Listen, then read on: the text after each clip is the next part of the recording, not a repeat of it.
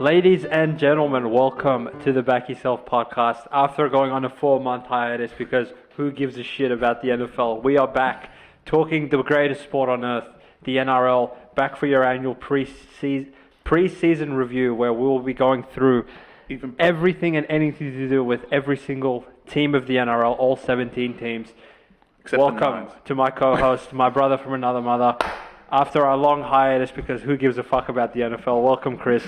We're back. I haven't seen you in about 78 days because you've been occupied making reels, but It is good to be back in the lab with you, my friend. How are you feeling? Mate, I'm excited for the new footy season. The pre-season starts this week. I don't know if I don't give a shit. I truly could not care less. Are we going to do pre-season episodes? No. Yeah, I didn't think so. You guys get 1 4-hour podcast, and then I'll see you guys for the Las Vegas round 1 preview, where we get the delight of watching Raiders and Warriors. I can't wait. Anyway, so for those of you returning from last season, obviously you are well aware with the sort of content we make.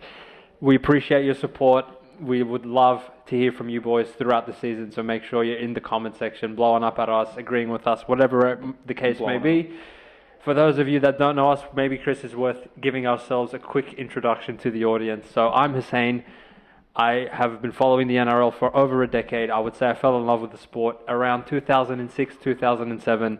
As a 7-year-old young boy in the backyard doing left foot and right foot steps, thinking I'm Benji Marshall. I did grow up a massive, massive Tigers fan, but these days my allegiances lie strictly and disciplinarily with who's going to cover on the weekend. I do not have a team. I do not give a fuck who wins. I only give a shit about making money on the sport, punting with an edge over the bookies, and backing winners on the weekend.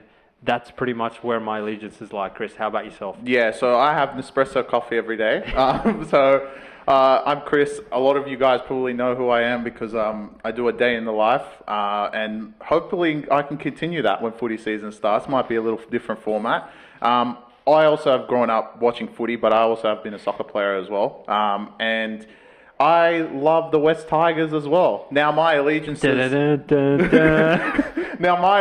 don't often tie with the Tigers because they're god awful, but I do have a little bit more heart. You know, you'll see me on the podcast be a little bit more emotional, and I'm definitely the one that says fuck certain teams, and I truly mean it from my heart, where Shane Moore means it from this team is just god awful. I'm just not taking them anymore. So that's a slight difference between I think me and Chris have a bit of a yin and yang thing going, where I will try and look at things generally a little bit more analytical and think, you know, this team is overinflated in the market, this team is underrated, etc., etc. Chris has his teams that he loves, ones that he doesn't love so much. You're looking at one of them going into this season, but at the end of the day, we are punters, we are avid sport lovers, and we do also sell tips. I would say we are extremely profitable in the NRL, and look, we are out with the NRL package at the moment. Check out the link in the description below. You want to get in as soon as possible. The first 5 to 6 rounds, particularly of the NRL, I would say there's a lot of uncertainties, unknowns, and the bookies have go into the season with what they perceive each team to be valued on. And there's a lot of money to be made if you're paying close attention, which obviously Chris and I don't think we've missed the game for about 5 years now. No. So check that out in the description if that's something you're interested in. And otherwise, we will move on to the format. So we will be covering every single team's off-season, their new season expectations going into 2025, somewhat recapping where they might have gone right and wrong in season 2024, and if we could be expecting things to change in the near future. How does that sound to you, Christopher? Mate, brilliant. We'll also, on top of that, at the end, have our prediction. Five? Have we done 5? 5 each. I've got 7 in my head, but you can give 20 out if that's what you like. 5 futures bets that we see at the moment are value. All of them plus money for me. I don't know if yours are plus. They are? At least, if not like okay, all right. Long shots. They're long shots at the end of the day. I think a few of them maybe will be mispriced after this podcast. Truly, based on our analysis. So make sure you get on it early. Of course, for the premium guys, you guys will have it after this. So that's it. Look, I will say we're not a... This is the Back Yourself podcast, and we do not hold back in terms of what we think. That's the whole genesis of what we're doing over here. If we're wrong about something, we have to front you guys on a week-to-week basis and comment on how wrong we are. Shout out to you, Matt. Shout out to you, Chris Creas. We were very wrong on the Bulldogs in the entirety of the regular season last week, and week after week we had to face up to the kennel, and if we had cunts blowing up at us. But the kennel back down. But in the end, we got the last laugh. So that's the beauty of what we do. If you agree with what we say about your team, disagree, we are all for the conversation and the debate, and that's what we would love to hear from you boys. So I would think, Chris, we start from the top of the top, the creme de la creme. Oh, they're also here as well. The AI-generated robots that do not get tired throughout the game. You're back to back to back to back. NRL You almost premiers. ran out of breath just trying to say. I hope I don't have to say another back next year, man. I truly do. But the Penrith Panthers coming off their 4th premiership in a row. Truly marvellous what they've accomplished in the salary cap era of the NRL. And I'll just quickly go through their player movement from last year to this year. Their gains, their losses. I'm not going to go through who they've re-signed up until 2029. I don't give a fuck. This is more just in terms of what we can expect from them heading into this season. And shout out to this random website that I'm using, Zero Tackle. They give their predicted best 17 for each team. And, maybe some of these would slightly change by round 3. But going into the season, this was what we would expect every team's lineup to be, 1 through 17. So the Penrith Panthers, gains for the season of 2025. Isaiah Papali'i and Blaise Talangi, the trader. The traders. Traders? What are you... They're both power players. Both traders. I can't wait for the first Para versus Penrith game. And our losses, I'm only going to name the significant ones. If this player left the club and without making an impact, I'm not even going to mention them because who gives a fuck? Who gives a fuck, yeah. James Fisher-Harris, Isaiah Iongai, Oh, Jerome Luai, Yep. Taylor May, Tyrone Peachy, Sunia Taruva. So obviously 2 notable gains in terms of a very high upside for Blaise Talangi, which with limited time on display in the Eels roster last season, we saw what he's capable of. Is expected to potentially partner Nathan Cleary in the halves, and the 17 was assumed to be looking like this at this stage. So we've got Dylan Edwards, Brian To'o, Paul Alamati, Isaac Tungo, Casey McLean, who had a bit of a breakout year last year, Blaise Talangi at 6, Nathan Cleary at 7, Moses Leota now has to fill the void and step up in the absence of Fisher-Harris as the main prop in this team. This has Liam Martin at front row, but I'm going to say Isaiah Papali'i probably slots in there. No, I think it's Lindsay Smith, I assume. Lindsay Smith, any one of those bombs, that's fine.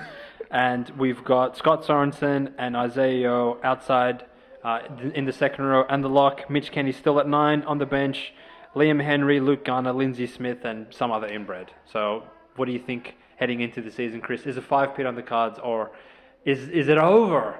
All right, I think I said this last year, but this year it's truly over. I mean,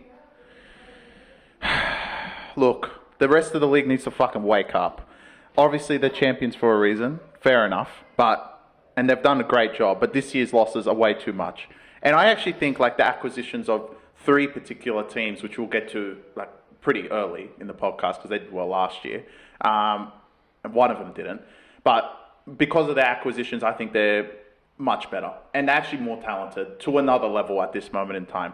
Penrith are still going to be good. Any team with Nathan Cleary for the next 10 years is going to be great, but I don't think this year is a year that they can physically make a run for the finals. I think they will be there, but I don't think they're going to be there right at the end. So I would put them in a position outside the top 4, like I said last year. This year with a bit more conviction, especially saying the case that I think there's 3 particular teams that are just above everyone else. And then the 4th place is kind of a tussle between a few. So I'm just going to think he's not part of the tussle. And I guess, we're going to go futures-wise. I might as well just say one of my first ones is Penrith to miss the top 4 at $2.05, $2.10 in some places as well.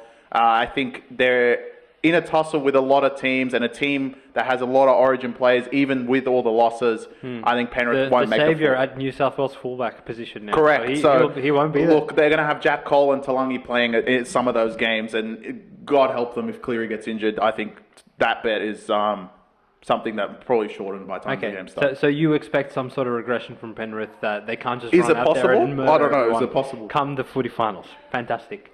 Chris, I think when you're analysing these sort of dynastic runs, and people have been guilty of this in the past probably 2 seasons, ever since the season where Kikau and Crichton left, people have a tendency to focus on what the team no longer has going into the season. But I like to look at things in a very sober way of, all right, what do Penrith still have? So you got an elite fullback, possibly the best halfback in the game. Still have Best Moses winger. Leota. Still have Isaiah Yeo, which is, you could argue is probably top 3 lock in the league. One of the best wingers in the league. Competent outside backs around him as well. Liam Martin, who's out and out one of New South Wales' best performers consistently. Isaiah Papali, who's been in the Dally M Team of the Year before. Blaise Talangi, who has probably a high upside. You would expect him to perform better and develop better in the Penrith club outside of in the Parramatta club, which seems like two clubs going in opposite directions based on last year.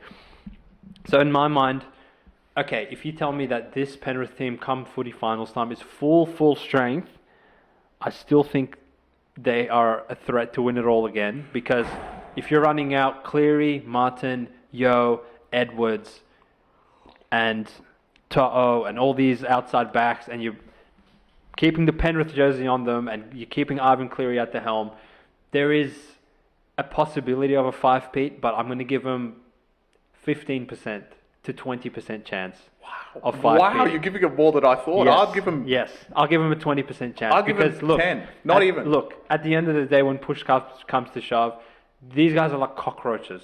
No matter how much Mortein you spray on them, no matter how many times you step on them, how many players you subtract out of their club, they are never ever going to go down without a fight. And even when they look like they're on the 10 count standing, and the ref counts to 9 like they did in the Broncos grand final, you have 40-20 from Cleary and a couple of like great defensive sets that apply pressure to the other team is not something I'm going to scoff at, but truly there is no reason for 3 of these other inbreds in this competition to lose to these pricks in a final series, which I think is a great segue into Truly. I mean, there's nothing to say about the next team, but they also made the grand final. I'll host them. The Melbourne Storm acquisitions. So I'm going to put with an asterisk Nelson Asafa-Solomon acquisition, because as we all he did play the grand famously final. remember, he didn't play in the grand final, and he has a new boy in the forward pack with him, Stefano, the big news out of the West Tigers organisation from last season. He demanded out and conveniently ends up in Melbourne, which I'm sure is going to be fantastic for his career and probably not so fantastic for the rest of the competition. Notable losses, they really lost some big pieces. I don't know how they're going to recover. Aaron Penne, Chris Lewis. Where did he go? Penne's gone to Leeds Leopards. Oh. He's a bit of a leopard, so that works well. I wish he went to the NRL. Remus Smith and Young Tonamapea both retire. So thank you for your service, Remus, and I'm glad to see the backside of you, Young Tonamapea. You truly used to anger me when you used to run out there. He would never pass. Yeah, but they don't have. But they have Seve, all good. So I would say how the hell did these guys get away with not losing anything and adding Stefano? Essentially, that's crazy to me. Yeah, I don't understand. But we'll get into analysis as simple as this. Look, in my opinion, if they were to give 100% effort every single game, they would literally go 24-0. Yeah. This grand final team, look, you got to add a grain of salt. Penrith's strength is their forward pack. Last year, obviously, they had Fisher Harris as well.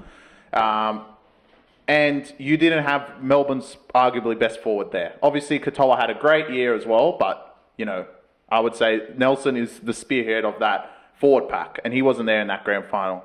So you add him, and then you add a huge prospect, and for me, I wish he stayed at the Tigers, but he didn't, in Stefano as well. And I truly believe with that spine, having another year on its belt, and look, this Melbourne team as well, even when injuries happen and they lose a player in their spine, they have probably the most useful player to plug in. Just plug in Longo. We don't know how long he's going to stay there for. Maybe this year, and that's it. Well, the hilarious thing is he might be the second most useful player they can bring onto their spine, because you're forgetting they have Wishart as well. Well, they have Wishart as well. So this team just has players everywhere. In a disgusting way, I'm just going to outlay their 17 for the world. Ryan Pappenhausen, Xavier Coates, Nick Meaney, Jack Howarth, Will Warbrick, Munster, Hughes, Grant, Stefano, Josh King, Eli Katoa, Sean Bloor, Trent Liero. On the bench, Wishart, Kamakameka, Asafa-Solomon, and Christian Welch. So essentially... fuck me, folks. fuck me. So normally in a salary cap driven league, if you were to possess a spine of Pappy, Grant, Hughes, and Munster, you would be like, all right, Chris is one of the centers. I'm fucking probably one of the back rowers. And you know what? You've got so many resources allocated to these 4 players that you're not going to be able to surround them with much else. But Now you have Eli Katoa on one edge. You got Nelson and Stefano in the middle of the field. Howard's an upcoming Aussie schoolboys pick that, looks like a great prospect. Will Warbrick, they've just pulled him off one of the streets of New Zealand, and he's playing international footy at the moment. And obviously, spearheaded by the greatest coach in the history of the sport, they could generally pull out like any Joe Schmo off the street and make them competent as soon as they put the Melbourne jersey on. So, in my mind, like, this is one of the most fucked up teams I've seen in a long time. And truly, like, if you gave me Melbourne or the field to win the Premiership, I would seriously have to sit there and consider, like, do I have any confidence in watching these pricks and, like, betting against them that they're not going to win at all? The grand final seemed like a lopsided affair, and it kind of was, but I really think, like, the way that game developed, and you're subtracting what Penrith lost from that game, and you're giving Nelson and Stefano to Melbourne, in addition to they're going to want revenge for that loss to Penrith, and they're going to want to send Craig out on a high, like, truly. And the spine really was not healthy up until the very end of the season from last year as well. So you give them a bit of health and a bit of good fortune.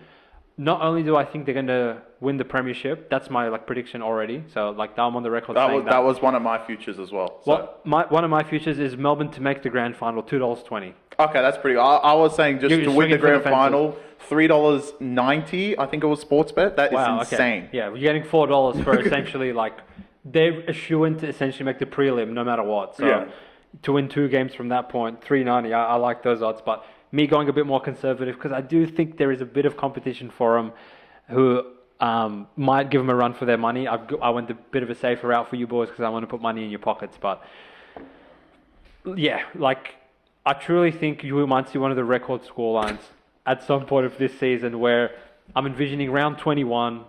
One of the teams has lost a bunch of players due to injury. They've lost their will to compete.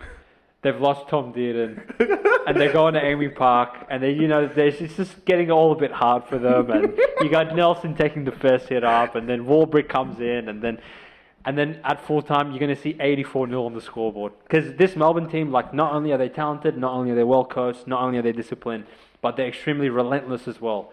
And one thing we've seen from Penrith in the past couple of years is they will let the dicks hang around a little longer, like Dragons, Titans. There's been many which is hilarious that Penrith actually are better at covering -20 against the other top 4 teams in the bottom 4 because they don't let them score, but they don't play and throw the footy around until the final whistle. But Melbourne, they could score from any single coordinate of the field. They could take it to their house. They have pace, they have size, they have athleticism. It's insane. So that's my hot prediction going into the year. You're going to see 18 on the scoreboard. I think we will see a record score, but I don't think it's going to be Melbourne. Okay. I have a feeling it's going to be another team, which we'll get to a bit later. But I think Melbourne win the grand final. So $3.90. That's my second futures bet. Yeah, well done. I think it's way too high price. They're going to be favourite in the grand final anyway, and they're going to be playing this team, I suspect, in the grand final. Not a futures bet, but this is one of my futures Wait, which one are you saying? Sharks of War. Yeah, because you're not. I wouldn't give the satisfaction of Roosters coming third. Yeah, because they lost by an even wider margin. And in my mind, it took a lot of discipline for me to not put them below Manly and Cowboys after that performance. Anyway, not to be salty or anything. We move on to Cronulla, and they went up and up in the off season because they signed Puru, who I don't know who that is, but shout out to him. I'm sure he's good work. But in addition to that, they signed, arguably, and I would make the argument for this, probably the best prop in the NRL at the moment, Adam Fanua-Blake, the Warriors' all-time leading try scorer. He's going to be taken over this year. Has moved back to Sydney, and hopefully he doesn't get homesick this time, and he stays in the blue, white, and black because I think there's big things coming. Unless he goes to Manly, then it'll be all good. I would love to. He misses Tommy Turbo. The losses for the Sharks. Del Finucane, thank you for your service. A few too many head knocks unfortunately caused him to go into an early retirement, but he was a great player from a great time.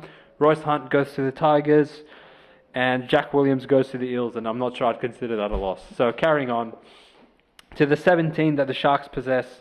Going into this season, it's a lot of the same players that we've been seeing, this core of key players develop, come through the system and stay there for a long time. Had them knocking on the door of a grand final appearance, but obviously from last year, 2-horse race in the end, and they fell well short of Penrith come the prelim. But William Kennedy, Sione Katoa, Jesse Ramian, Kyle Hero, Ronaldo, Trindle and Hines, our boy. Will he be confident or not? I'll let you decide that one. Fanua Blake, Kafusi, Blake Brayley at 9, Nikora, Teague Wilton, Cameron McInnes, Atkinson for another year before he moves to the Dragons, Yes. and Talakai Hazelton and Calhoun is the 17, sir. What do you got for me on the Sharkies? Are you as high on them as I am, thinking that they have every chance to make the grand final this season? They are second of my 3 teams that I think will be in front of Penrith, and the Cronulla Sharks actually will be, in my opinion, all my futures are at the start, will be my 3rd future, and it's not for any of this, I'm going for full plus money. Actually, on Top Sport I saw today, $11 for Cronulla to win the minor premiership. Look, I reckon we have a better chance, as in ourselves, of being picked for Origin than Hines. Yeah, they'll never they'll never pick him, right? The rest of their team conveniently all resides from New Zealand or some other country, and the only player that could get picked is McInnes. And maybe Brayley if there's some injury or like if Coruscant doesn't have a good season and they don't want to pick Robson because he's a trainer, God knows. Yeah, sure. But I think they're probably, out of the good teams, the least impacted from Origin by a long shot. I don't even think one player gets selected. Yeah. And you're going to get a team that is going to play together for 24 games straight, no Origin problems, no fitness problems, and you have that great of a lineup. At the moment, in my opinion, I agree with you. They have the best prop in the competition, but I'm going to extend that. They have the best second row in the competition. And to have both of them on the same team... Oh.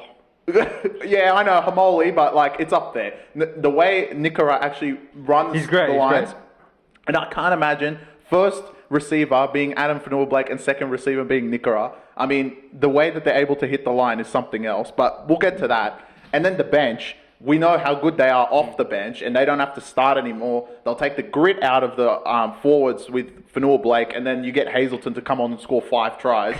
Look, overall, everyone that is together within Cronulla, I think they are the best shot to win the minor premiership. Obviously, like I said, if Melbourne are going to give me 100% every game, they're going to go 24-0. But this Cronulla team, in my opinion, will be the most fit throughout the whole season. No Origin, no problems. They can sit there and work and prove that Adam Fanua-Blake hasn't wasted his time coming to Cronulla and win the minor premiership. I think they are my first place at the moment. Yeah, minor premiers, so you're giving that as a futures bet. $11 on Top Sport. That's insane. That's pretty good, bro. Considering all the things, and I think something that really gets mispriced in NRL futures, to make the 8, to miss the 8, to come top 4, minor premiers, is they really don't consider those Origin rounds, and it's such a big deal. For example, I think your average footy fan right now would probably think, you know what, Broncos, Sharks, they're probably comparable as far as rosters goes, right? But there's a chance you're going to go a good 5 to 6 week period with either these players getting picked and directly missing games, or getting picked and missing games because they don't want to back up 3 days after the Origin games, or maybe they play or in a limited capacity, or maybe they play and they're just so fatigued that they can't contribute to their normal thing, right? Pat Carrigan, Payne Haas, maybe Ben Hunt, probably Reece Walsh, maybe Ezra Mam, God knows. Yeah. He's not even playing for 10 weeks. Cobbo, maybe, God knows, New South Wales pick Stags or some shit. That's half of your team completely decimated. So, sure, they can be comparable, and by the time finals footy comes around, if, it's 2 versus 3, you'd be this is a 50-50 game. But in terms of actually trying to find value on futures bets, you're getting a consistent Sharks team for 24 rounds, 27 rounds, where they're really not losing anything to those Origin commitments. So they can hone in. They've heard all their critics throughout the season of, last year they were 10-1 and they fell off a cliff. They're bringing out in, they're serious, they're about business, and I see them coming in the top 2. I wish there was top 2. I reckon that would have been a great price. My, second futures? Went Sharks to make the top 4, $2.70. Yeah, that's a good price. I mean, they can come 4th and you will cash at almost 3-1. That's pretty good value. That's a lot, bro. I truly think if they miss it, who the fuck would make it instead of them? As in 4 teams. It's possible that I can think of 4, but there's no reason in my mind for all 4 of them to outplay Cronulla and get a better season than them. So, as far as the futures bet goes, that's where the logic lies. And in terms of actually, when push comes to shove down the stretch of the season, do you trust them in the finals setting now that, they did break through and make a prelim, but is it really breaking through if you're beating Cowboys? Well, yeah, of course. But I would say no. The beauty of our futures is that we're basing it on regular season, Yeah, right? In terms of finals, I think a lot of it will depend on if they do have a home final. Like, we're predicting probably top 2. And they get a massive turnout of 9,000 people at points, but I mean, they've actually upped Shark Park to 9,500. To 9,500. But I think they're having a home game, and look, I think this time, I think the monkey's off their shoulder. Look, they won a game, and I agree. I know you're shaking your head. If you get raped by Melbourne by 40 and raped by Penrith by 40, you can't beating Cowboys by 4. It does nothing for me. Well, look. So you could say the same about the next team we'll talk about, but we'll get to that. But I think the monkey's off their shoulder, and I think just having a year to sit there back and think about it. And look, Fanua Blake has a lot to prove, right? He made a prelim with Warriors. He can't just come to Sharks and just be a shit cunt. Everyone knows him as the best prop in the competition, and he's playing with a much better team than what he had in Warriors last year, the way they were playing. And so if he has a lot to prove, Nico, obviously, like you were saying, some people are still saying he's not the best second row in the comp. It's arguable, right? At worst, he's a top 3, top 5. Correct. And that backline has been great, I think, every year, regardless of where they finish. So I think this Cronulla team is just on the rise. And look, send Atkinson off. I think if make the grand final, I don't know what odds there were, but I'll happily take mine a Premiership because I don't trust them past that. But to make the grand final, if it's like $6, like $4 to like $7, I'll take it. I think they can make it and probably end up playing Melbourne, in my opinion. Yeah. Well, whether they can beat Melbourne or not, or no, that look, when I look at Cronulla, at this point, I know what I'm going to get from their outside backs. I know what I'm going to get from their forward pack. I know exactly what their bench is going to come on and do. It's all reliance on this. I even can foresee what Trindle's going to do, what Brayley's going to do. All these players. Who can't you foresee? So I hate to be the Stephen A. Smith of the Back Yourself podcast and just pile on and just be a coward, but truly, the fate of the Sharks, I think, lies in the hands of Nico Hines. Well, look, is it that I'm just not going to play Origin? It's okay. No, you don't get to stipulate that. No one's picking you, Johnny. So I get it, but you he can, knows he's not going to get as far as I'm concerned, you can have 500 try assists by round 11. Yeah, no but one's Hines knows he's not going to get picked now. That's fine, fantastic. So you don't need to worry about going in, playing, Correct. Putting that Blues jumper on and having the weight of the world on your shoulders. You can just take a step back, concentrate on week-to-week prospect. So I think this is like a good embodiment of the Sharks as a team, as a club, as in everything that, you know what, 1 week at a time, and we just got to bide our way and get to that point again that we got to last year where now we have an opportunity.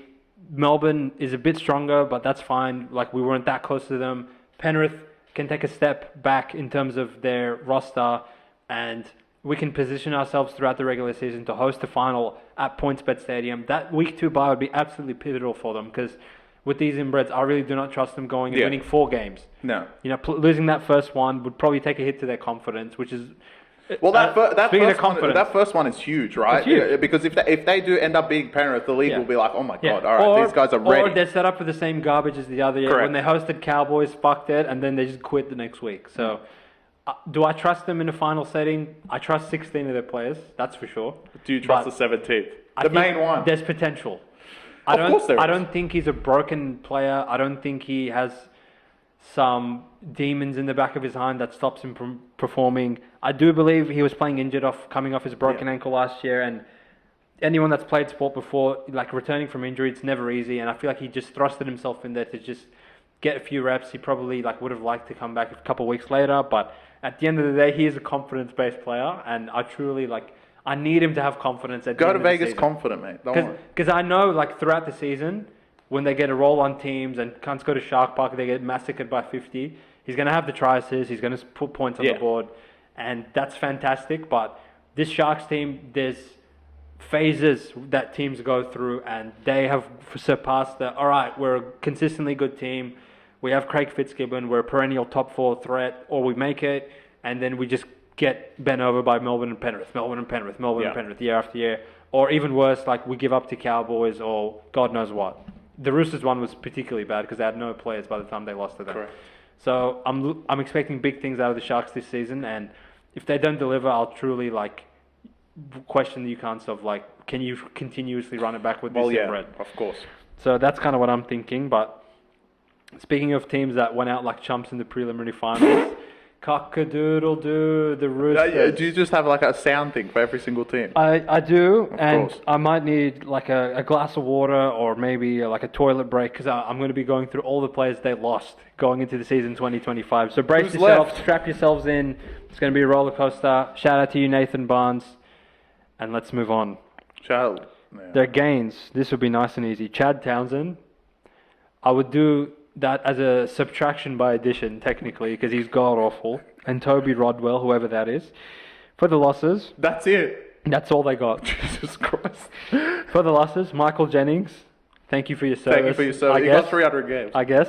Luke Keary, Joseph Manu, Terrell May, Dylan Napa, Suwali, I missed Napa. Tupanua, and Jared Waerea-Hargreaves finally hung up the boots, So, I think in terms of who actually lost the most coming into the season, it's definitely this Roosters team. And I would actually put half-season losses for Brandon Smith and Sam Walker, who we know are coming off long rehabs of tearing their ACLs towards the end of last season. So coming into this year, we're looking at James Tedesco still putting on the Roosters jersey and the captaincy armband at fullback. Dom Young, that high-flying Union guy going to centre. Nawakana Tawasi. I apologize if I mispronounced your name, sir. Billy Smith is back for his 3-game stint before he goes back to the IR. Daniel Tupou, Sandon Smith, Sam Walker. In the second half of the season, it will be Chad Townsend in the first half. Lindsay Collins, Brandon Smith eventually. Spencer Leniu, Nat Butcher, Angus Crichton, Victor Radley, Connor Watson, Fahu White, Va'a, and Sua Wong. Talk to me, sir. For those that don't know, Chris loves this team. Holy shit, they're really bad. Look, I'm making a prediction. Talk to me, sir. After 5 games, fuck it, whatever, who cares? I reckon they'll be last. Wow, okay. I think they're going to start...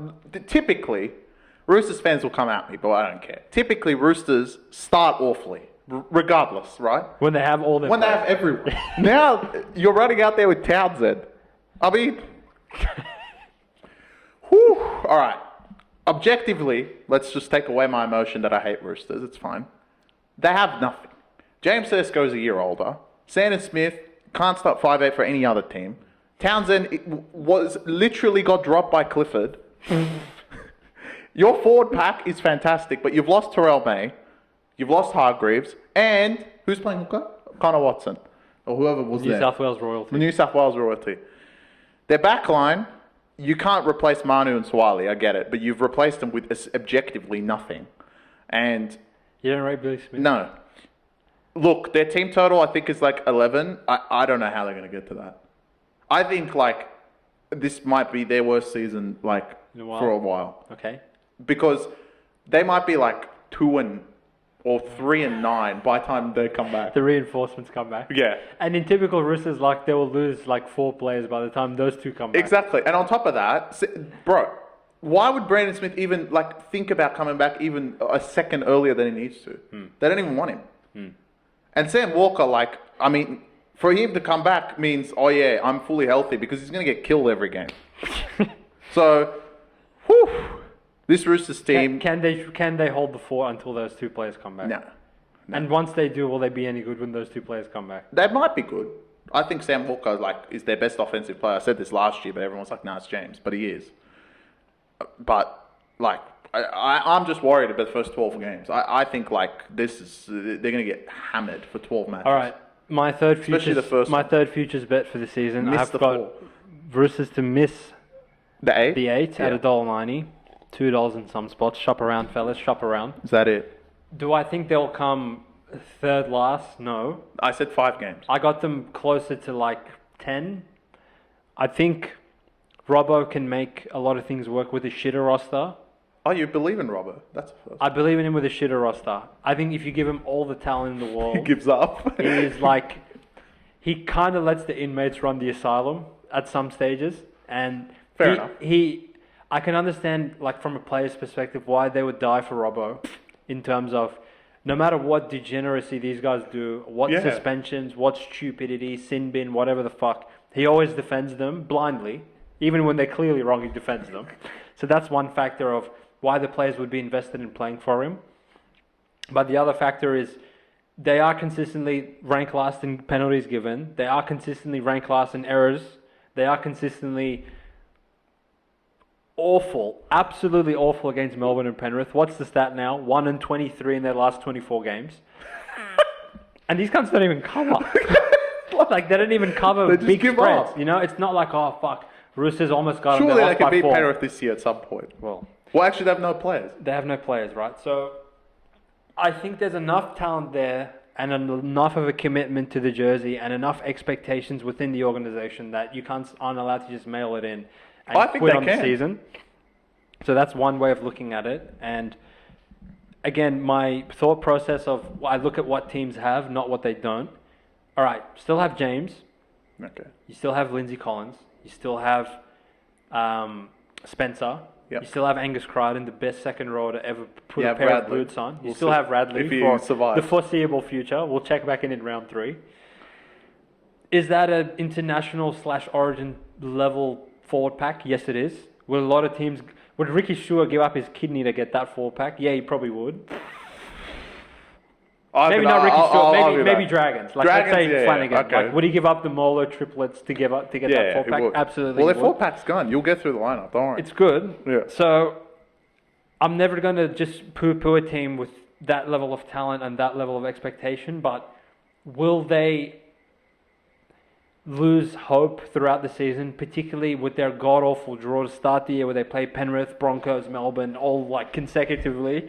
All of a sudden, you look at your injury ward, you see Sam Walker's not coming back for 10 weeks, Brandon Smith's not coming back for 10 weeks, and you see 0-3 on the ladder already, you're like, fuck's sake, like, now there's heaps of pressure on us to go on a big run at some point of the year. Can they do it? Maybe, but I think they fall just short of making the 8. I have them at about 9th or 10th in this one, mate. I don't even know where. I think I've got them like 12th. They're really bad. Well, I would say the interesting thing going into this season is, all right, we have about, realistically, 5 to 6 teams that you could say can compete for a premiership. 5.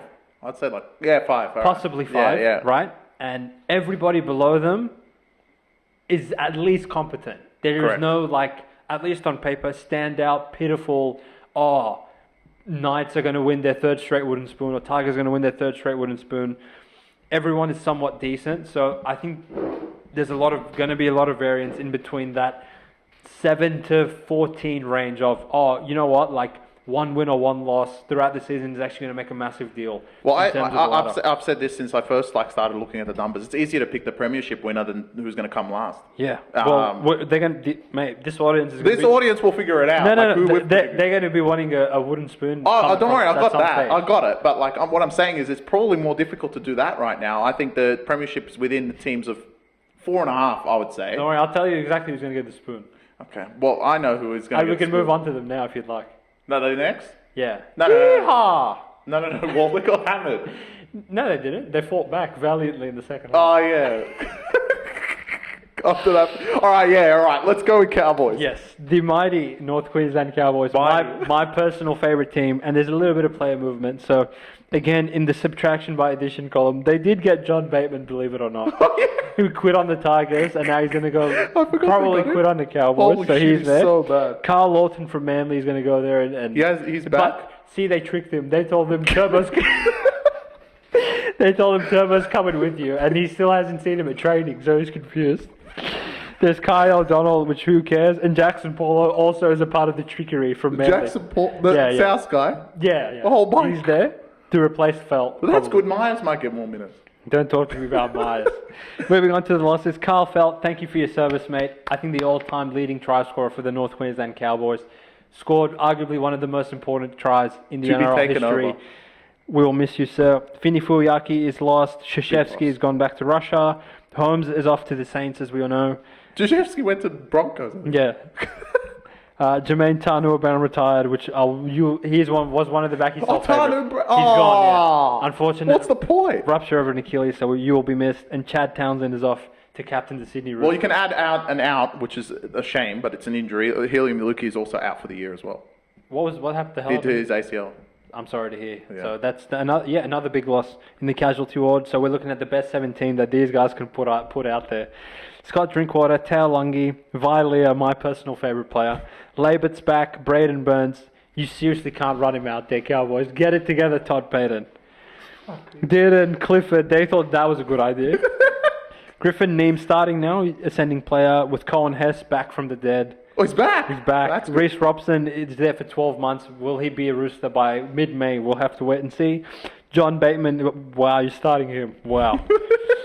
Nanai, the All-Pro, and Ruben Cotter at lock with a bench of Carl Lawton, McIntyre, Jason Taumalolo, wow, I'm getting old, and Jordan McLean, who is also getting old. He's that old, he's on the bench. So, if you don't mind, I'm just going to take the microphone. Well, their here. team total is also 11.5. Just I'm not worried about team totals. See, I really tossed and turned in terms of who I expect to get the wooden spoon. Make sure the mic's up. Sorry. That's all right. I truly, I tossed and turned and I was like, all right, who's going to get the wooden spoon? And I thought immediately, all right, who has probably the worst rosters in the NRL? Dragons, Raiders, Knights, these sort of teams. And Knights are Warriors, who are god-awful and truly can't score. And I thought, you know what? These guys suck, but they have something in here. They have heart. What, those teams? Those teams.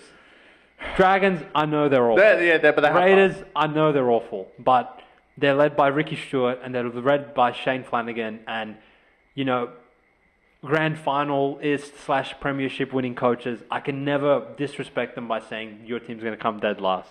So I thought I had to get creative. I was like, who is the most likely that when they look up at the ladder and they see 1 and 3, they don't start so glam, are likely to quit on the season? And truly, there was no better pick in my mind than the North Queensland Cowboys. So I'm giving them out as my 4th futures pick. Oh, how much worse is that? $20 odds to get the wooden spoon. I truly think they'll give up. One bad knock to Dearden or a few bad close losses and these cunts will mail it in. Holy Todd Payton, he's been hovering for years and years. And the NRL world was tricked last year in my mind of, oh bro, they made the second week of the finals. How can you pick them to come last? But these guys have had they had their prelim final appearance and that team was fantastic. It was really good. But from that point forward, I've just seen signs of we don't defend our goal line and we compound errors by penalties and constant we bail ourselves out frequently, you know. When we get in your 10-metre line, we can peg it at Val, we can peg it at Drinkwater, and we can put points on the board in a hurry, and I don't doubt that they can score, but can they consistently get up week after week and try defensively and really, really commit on the season with Clifford at halfback and Robson on the outer going to the Roosters and a few key forwards lost with obviously Lukey going down, who was a big prospect this season. They don't have Val's goal kicking or his ability to just generate points out of his arsehole on the left-hand side of the field anymore. You have a right edge of Vilea and Braden Burns next to each other, which truly would rival my mind of probably one of the worst center-wing combinations in the history of the sport. And all of that, I think, gives you a good formula for a profitable expected value bet. At $20 odds, I would take Cowboys to come last. I think they're god-awful. Look, mate, I'll put a little sum on that because, God, they're so bad. Yeah. 11 wins. They're not going to get close to that, in my opinion. I've got them 15th. I think they're $2 to miss the 8, which is I incredible. would take out a personal loan and put it on that. Are we seeing it? Is Dearden that good? I think he's very good. It's up to Dearden and Drinkwater. That's what it is. I don't think their forward pack is any outside of Nanai. They're all shit. And Cotter's good. Yeah. Look, McLean is washed. Jason's washed, and he's on over $1 million a year. And Bateman was washed 3 years ago. So that's just that. And their back line. Hess coming back off an ACL tear. Their back. This roster's really bad, bro. Yeah. Fuck me. The beauty of Cowboys is everyone thinks they're good until a certain point, and especially at the start of the season, they usually start 3-0 in their typical fashion. They go to Brisbane and get pumped. Molested, yeah. But I don't think they're going to start 3-0 this year, and we'll have to see. Like you're mentioning, if they look at the thing and go, all right, we haven't won a game in the first 3 games, are we just going to give up? I truly think these cunts might mail it into a point where Todd Payton's the first coach fired in the season. If there was markets out on that, I would give that would be very high. They're really like. I mean, I wish they're teetering. They've been teetering for like 24 months. I was wishing on that so I could take Trent Robinson. You'll get great odds on that. Like 60-1 probably. Fuck me. Yeah, look, I can definitely see it with these guys. They have nothing. In terms of future prospects, they're getting nothing. Like, what's for Dearden and Drinkwater that are sitting there and going, all right, this team sucks right now, but we're going to get players. Who are they getting? Yeah. There's nothing there's nothing on the horizon. It's not like you're getting, oh yeah, next year we're going to get this. Or Roosters could say, oh yeah, next year we're going to get this. Like that, Sam Walker's like, all right, we've got boys. It's all right. We got Robson coming. We get another player. Like, it's Roosters. Cowboys, there's nothing. And if anything, they're losing more players. Yeah. Like, Robson's played Origin, right? You're not just going to replace him with someone of his caliber straight away. No. What's their succession plan? Who is going to play hooker? I couldn't tell you. Exactly. So, I mean, they're just on the down and out. And look, last year, I don't know how they made it because of fucking the other teams, which we'll get discussed in a second. And also, no one wanted to make the 8 last year, where I think this year a lot of teams will want to, and really like show how great they are. So, I think Cowboys are like 14th or 15th. They're really bad. I know you got them 17th, but I've got them a little bit higher. Look, I'm going like long shot odds for them to come dead last, but truly, like, if they give up, it's scary. I would put heaps of money on them to miss the 8. I really don't see a scenario how they possibly would make it. No, I agree. With how much parity there is around the teams around them, like, all right, they snuck in last year. Like, they're way worse than in. Would you agree they're way worse than last year? Yeah, 100%. That backline was so much purely better. Just from taking out Val, giving another year to Jason, even Town like. And Felt's better than the. Felt's even better Felt than is retired Brandon Burns. Come on, bro. That's like really bad. So, I really trust Cowboys. Like as far as I can throw them, I think they're fucking horrible. And Finney. Finiaki's gone. Lukey's out injured now. Holy shit! Fuck me, they're so bad, bro. Really bad. Do you think Cowboys are the epitome of like what the public looks for in a team? Yeah. In terms of offense. Oh fuck! Like I really don't blame you guys, and this is why I would say, don't fucking try and bet on the NRL yourselves. Get on premium. Yeah. Like you have to watch every minute of every game to truly understand intrinsically every team's patterns and tendencies. Because you can look at a highlights reel of like, Cowboys played these in Reds. They won 32-22. Oh fuck! Did you see Drinkwater do this and that? Oh holy fuck, bro! Cowboys like they can when they're on, right? When they're off, they're really off. Yeah. And for every like flick pass or cut out that Drinkwater's thrown and got in a try assist off, I can equally get you a missed tackle that led directly to a try by Adam Elliott 5 times in one game, or a drop bomb, or a stupid offload on his 10-meter line. And that sort of shit's been working for Cowboys. And they get lucky, time. right? They're literally the luckiest team in the NRL. So I'm essentially hedging my wagon to when it goes wrong for these guys, like it gets ugly, and when it gets ugly, these guys will give up. I agree. Which really actually says like how good Dearden is that he can actually hold these inbreds together in the middle of the park. But carrying on. Drinkwater doesn't defend. No, God no. Carrying on to shout out to you, Matt. Probably I would consider our super fan. We have missed you, sir. Whoa. There's Zara. We'll get to Zara. No. Sorry. Bulldogs didn't make the second round. There's a team. My apologies. They got molested by that much that I actually forgot to mention them. Apologies. Let's start over.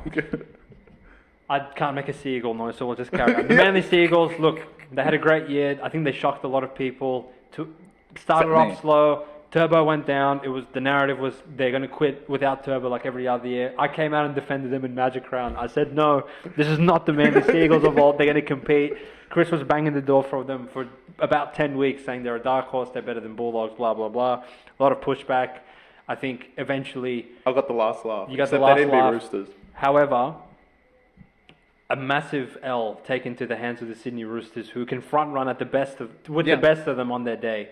And if anyone remembers that game, first hit up, Kohler concussed, ruled out. Second hit up, Jake Trbojevic concussed, ruled out. You're already playing with 15 men at that point to a front-running Roosters team. They never had a chance. And they had a war with the Dogs of War the previous week. So I think what it boils down to my mind is Cherry Evans probably has 1 or 2 years left in the tank. You're going to need a healthy season from Tommy Turbo. But they finally put the pieces around these two key players, franchise-altering players that they can really, particularly at Brookfield, they can beat anyone. And we have seen Melbourne go to Brookvale and lose, Penrith go to Brookvale and lose, Sharks go there consistently and get raped. Manly on their day can beat anyone. I think low-key, Manly are what people perceive Cowboys to be, but 10 times better than them. Correct. So let's have a look at what they've gained and lost. So they've gained Taukei'aho. Fantastic. Good addition. Old, but probably right. they needed something like that off the bench, All right? right, they have Nathan Brown. And they've got Jazz Tavanga from the Warriors it put a bit of ticker into the jersey as well. Yeah, coming they off don't the have bench, enough of that. which is great. We love to see that. They lose Carl Lawton, Jackson Polo, Josh Schuster. Paula was there. Yep, Parker's gone as well. One too many head knocks. Thank you for your service, Brad Parker. Get well, sir. Aaron Woods, thank you for your service as well. I suppose not really in a Manly jersey though. And Josh Schuster, see you later, pretty boy. Yeah. Tom Trbojevic, Oh, yeah. Tommy Talau, Kola, Garrick, Saab. Now, What's interesting is that they don't I'll have get to that. They're that good. They actually don't have Lehigh in here, which I feel like you have to put him in somewhere, but I don't know where. Well, they're that good. But again, this is a good problem to have. Already we're seeing that this is a team with a lot of depth. Correct. Right? Brooks, Cherry Evans, Paseka, Croker, Aloye, Hamoli, Ben Trbojevic, purely because of his last name, Jake Trbojevic, Simpkin, Waddell, Nathan Brown, Taukei'aho. Yeah. Talk to me about the Manly Seagulls, Chris. Well, What do you first think? things first, Matt, I'm sorry. I know you're a long-time listener and we love you, but I'm taking, as my fourth futures bet, Manly to make the top four at $3.20. I think I saw it somewhere, which is insane to me. Manly, in my opinion, are just on the rise, and I get it. Cherry Evans probably has 2 years in his legs, but I think that actually helps them. Their off-season acquisitions are where they needed them, in the middle of the park, and they already have. I mean, Paseka was fantastic last year. If you can just hold that, Hamoli we know is great. Jake does his job, but the most important thing, and you know what? When you look at that paper, you're like, wow, they have that many players. That backline is incredible. If fully fit, they are one of the best backlines in the competition, if not the best. And the reason I've got them in the top four is this the first season we've seen in the last 3 years that Turbo's finished the year healthy? Well, he didn't really finish it healthy. Healthy. He played like... He was injured, but His he was shoulder was healthy. He fine. played. Yeah, he played. And there's not many seasons that you get with Turbo finishing the year playing, So in that aspect, I think they're in the top four simply because Turbo's going to have a huge year. If he has a Dally M year, I give him a 5% to win the comp. Okay, fair enough. Because I think this lineup is one of the best they've had since that year. Okay. But that year, I would still argue this year's team is probably better. Do you think it's better than the Fanua Blake Coruscant edition? No, obviously not. I wish they had Coruscant today. Fuck but me, it would save Lockie Croker has pulled his straps, but he's out for I think the first 4 matches. He's that's just fine. finishing up from surgery. But overall, I think this Manly team is on the rise, and last year was just a taste of what we get. Like you mentioned, and I think one of the toughest places to go, even though I think there's like anyone in the top 5 is a tough place to go, except Penrith, which we didn't add in their take, but they're actually not playing at Penrith this year. They're going to be playing out of Combank because their stadium's getting rebuilt, which is going to be a big reason why I don't think they're going to make the 4 as well. Playing at Combank compared to playing at Penrith Stadium is 2 different scenarios, but you need a fortress, and Manly has one of the best in the competition. Going to Brookie, like Saint mentioned, they've already, last year, proved that Brookie is a fortress. They beat all the top 4 there, and I think that's going to continue. They've got a great homestand. Turbo's as healthy as you can get to the end of the season, and the fact he's at the end of the season and gone into preseason with a full season ahead of him is fantastic. They have depth, and I think they make the top 4. Wow, okay. Where do you have them within the 4? Fourth? 4. The 3 is just, they're okay. they're not even So you have them one slot above Penrith. Well, I actually have Penrith 6th in my, because there's another... The pitchforks are coming, mate. No. No one's going to pitchfork me, because once they hear who I have 5th, everyone's going to be like, oh, I love you again. There's obviously some fucking inbred. No. Souths. No. Okay, my thoughts on Manly. I just can't quite get there with you, mate. You got them in the top 8, surely. Of course. They're fucked. I have them 5th or 6th. Yeah, they're in that. I think Unfortunately for Manly, I just think they're stuck in the same spot. Yeah. Their ceiling, absolute ceiling, in my mind, is a prelim final. I don't think they have the horses to get past. Give Turbo a Dally M year. You think they can't make the grand final? I don't think they can. Whew. I really don't. Oof! If you say to me Turbo's going to have the same year he had in that grand final, I'll put him in the grand final. They put him in the prelim. I think they'll put him in the grand final. I just don't think they're better than the other teams ahead of them.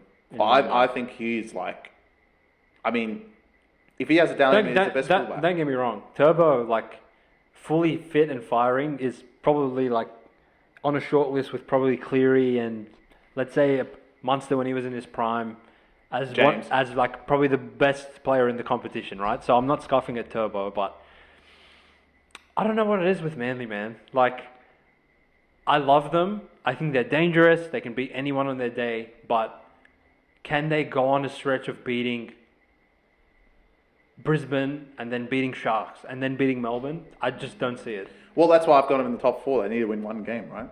Obviously, if that's going to Melbourne, good luck. But I think like they're going to set themselves up to have a potential opportunity of making grand final. If you come to like whoever's going to Brookie, just don't even show up. Yeah, they're going to. So that's for starters, right? I wonder what round 1 looks like. As far there's your sneak peek fucking early line value. Yeah. As far as what they're capable of against the top teams in a finals context, I'm trying to put my finger on exactly what I think they're missing. Because when I look at the roster, all right, you have your turnstile workhorse forward that just tackles anything that runs at him in Jake. He can ball play. He's a leader of the forwards. Check. You have probably like one of the biggest weapons in the entire sport on the right edge in Homoli. Like, you dead set need to commit 4 players to stop this guy. He's an absolute animal. Check. You have arguably one of the best fullback in the game. One healthy, Tommy Turbo. If you're going to argue against me and say Dylan Edwards or something, wake up. You have pace, talent, whatever the fuck you would want to. In the back line, you have it in Manly. That's fine. Do you have a strike centre that you can give the ball to and be like, go and break 5 tackles and like, do they have a Joey Manu or a Latrell in his prime? No, but do they need one? Not really. Not really. Do they have good forwards? Yeah, Paseka can get you meters. Alloy can get you meters. Now Taukeaho, let's see what version they're getting of him. He can get meters. Nathan Brown has a bit of ticker, can come off the back fence. Do they have an elite halfback? Yes, they do. Do they have a pretty good running 5'8" that when you don't give him the keys to your club and you just let him take a back seat, is he pretty good? Sure. Is Lucky Croker competent? Yes, he is. Can they beat Penrith? I don't think so. Can they beat Melbourne? I don't think so. Can they beat Sharks? Maybe. I think they can beat. Can they go to Suncorp and win? Probably not. I think they can beat Penrith and Broncos. Sure. I think Melbourne and Sharks are one step too far for them, but I think Broncos, like, there is holes in that team. The thing is with Manly, and I think like for me, I respect the defense, but I love Manly's offense above that. And I'm glad you brought that up. I think the one thing that everyone holds back on Manly is they can't defend. And there hasn't been a stretch in the season that you've been able to see them defend properly. Melbourne have done that. Cronulla, even though everyone's going to kill them, in stretches they can defend very well. Penrith, obviously the best at it. Other teams that are not, like Bulldogs, which we'll get to next, they can defend very well. Brisbane, when they were in that season, they made the grand final, were great defensively. Manly haven't proved that, and Manly have gone as far as they can. So, is that going to change with Seabold? Probably not, to be honest. Definitely not. I don't think he can go out there and show them how to defend. It's Seabold. But does their offense become one of the best in the competition? I think it does. And if you're getting Turbo, I think a lot of this hinges on, similar to what you're saying to us, how good Turbo will be.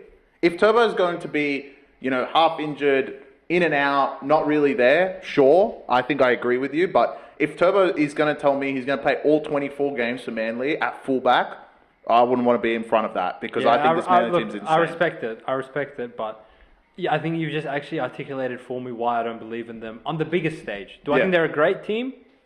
I think they're very, very good. I think they're very, very dangerous. But in my mind, all right, let's look at Manly's recent finals trajectory. When they've had Turbo and Cherry, that's been constant, along with Jake, who's still there. 1 year they had Adden, now they have Homoli. 1 year they had fucking God knows who. They had Coruscant, now they have Brooks. Sure. Pieces come and go, but the core is the core. They, in Turbo's Dally M season, week 1, went to Melbourne, conceded about 36 to Melbourne. Then they won the following week. Then in the prelim, they played Souths. Everyone was all over them. They said, you can't stop Turbo. They conceded over 30 to Souths. Last year, they beat Dogs on a Hail Mary. And then they went the following week and conceded 40 to Roosters.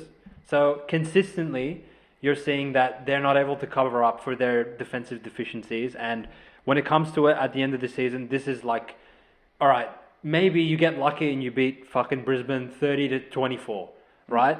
Then the following week, what, you're going to go beat Melbourne 30 fucking 2 to 28? Well, you don't want to go and shoot out with Melbourne, like, right? It's just going to be shootout, and eventually, like, you're either going to run into Penrith, who's going to hold you to 18, or you're going to get into a shootout with Melbourne, and you can't going to score 26, and they're going to score 34, right? Yeah. So, in my mind, until they can address and show me that for 2 months or 3 months or against top teams, they beat Melbourne 20 to 12 instead of 36 to 32, then I'll be like, oh, okay, I can see that they're going in the right direction. But unfortunately, until then, I can't buy stock in terms of making a grand final, which is like the ultimate goal for them. Manly. $3.20. That's my fourth future. Yeah, make the top 4. I respect it.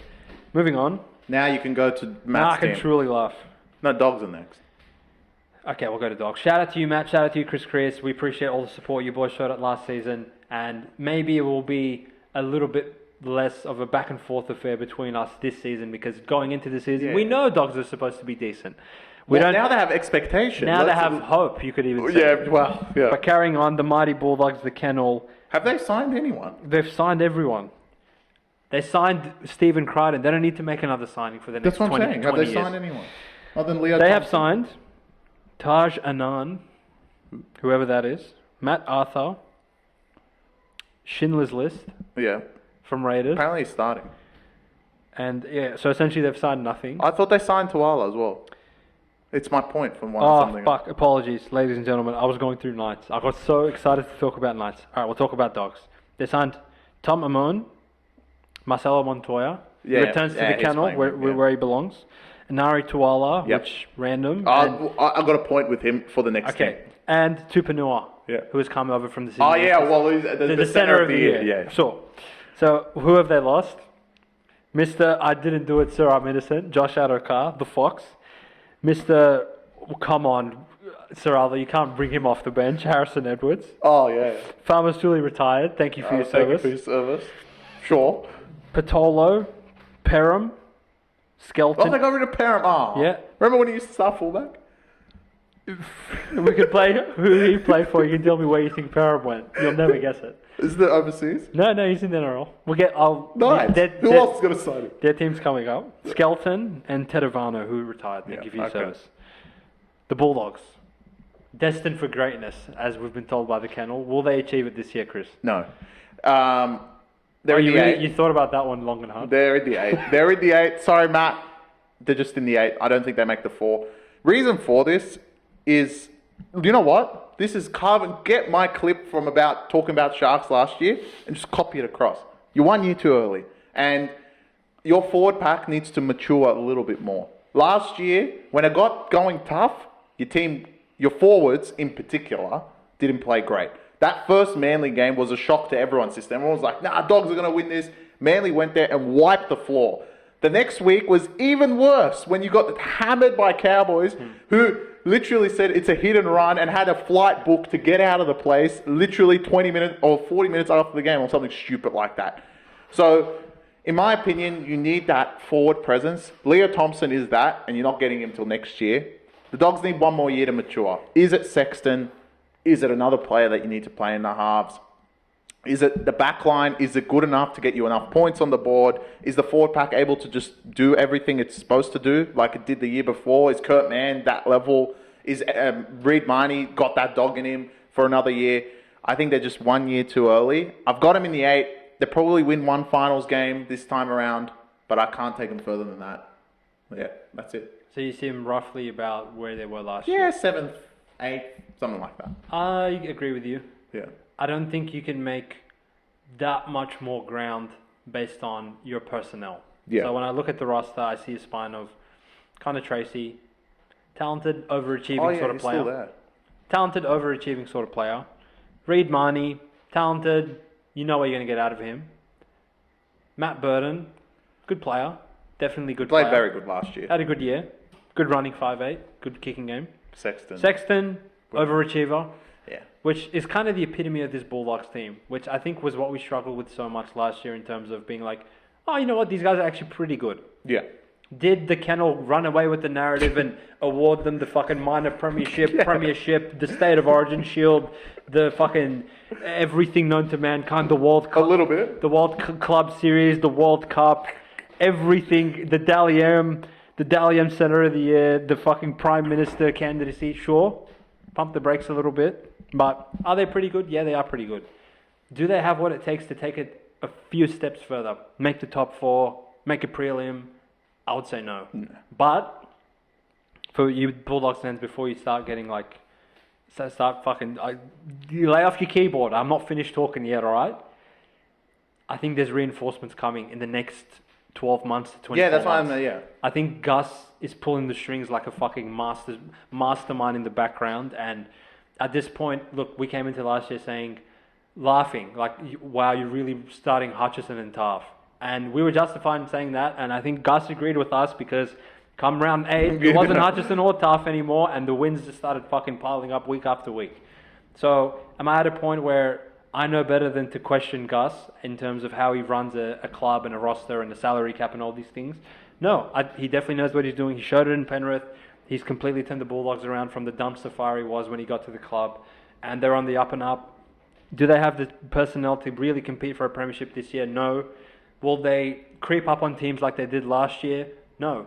You know, Bulldogs now, not only do we know they're pretty good, the rest of the league knows they're pretty good. And their style of play is on tape for everyone to see. They're going to out-enthuse you. They're going to outwork you in the middle of the field. Their pack is small, but it's mobile. They move the ball around, yada, yada, yada.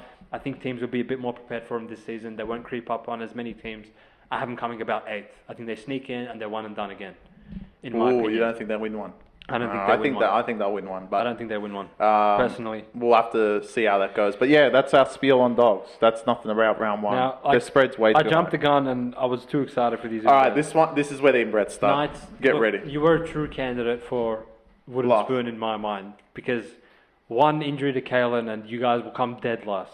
You'll come below 17th. Well, that's interesting. Anyway. Is it? You want to tell us, the audience, why? Because they're my 5th and final futures pick. $8. Wow. Knights to come last.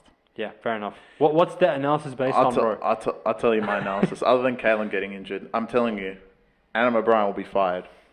I'll tell you why. The offensive mastermind. Listen, we obviously get reports about preseason, where people are training. So I'm going to elude some of that. If you guys haven't been keeping up with it, I'll give you some insights.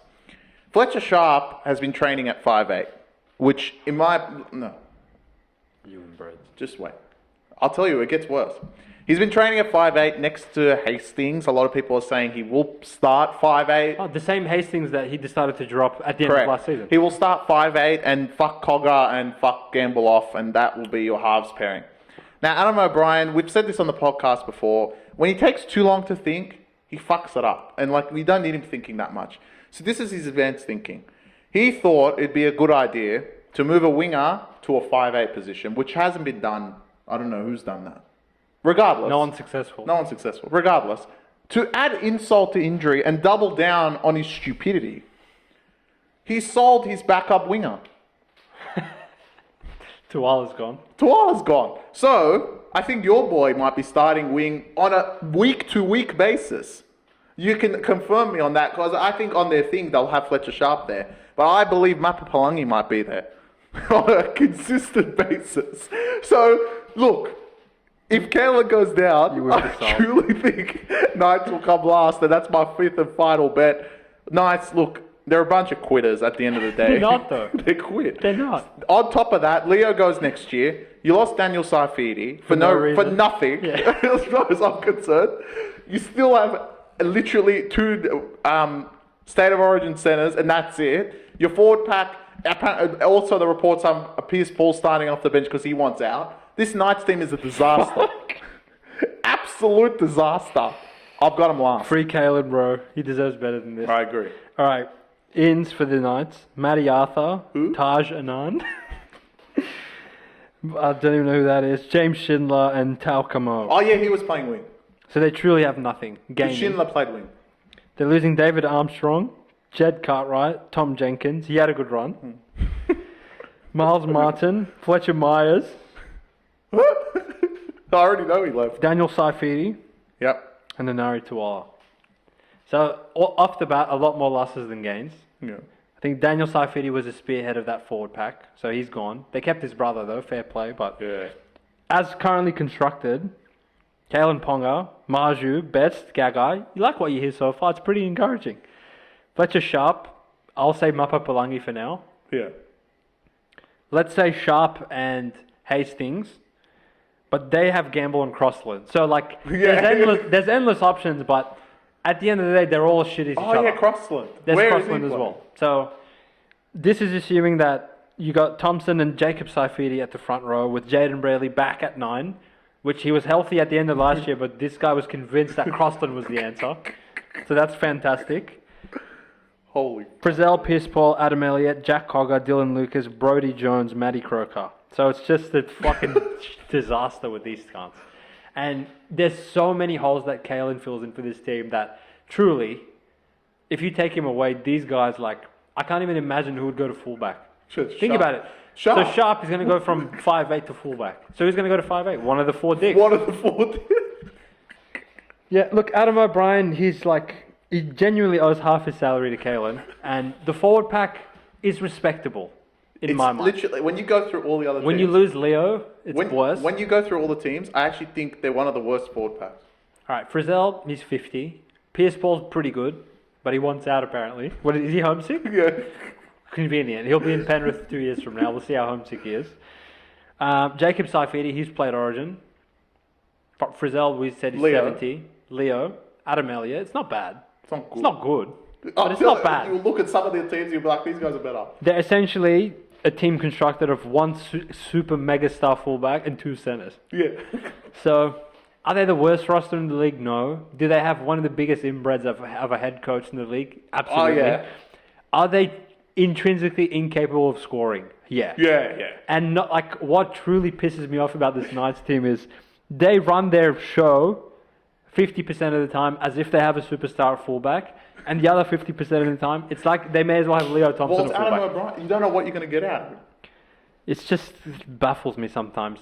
Can they make the 8? I think no. I'll say no. No. They do have a weird run in them I every think year. they have like 10 wins as their team total. They have a weird run in them. Oh, fuck off. Where they, like, McDonald Jones turns into a fortress and Well, they Kalen, play every game there. and Kalen puts a cape on and carries them to a bunch of wins and, you know. Imagine you goes to Origin.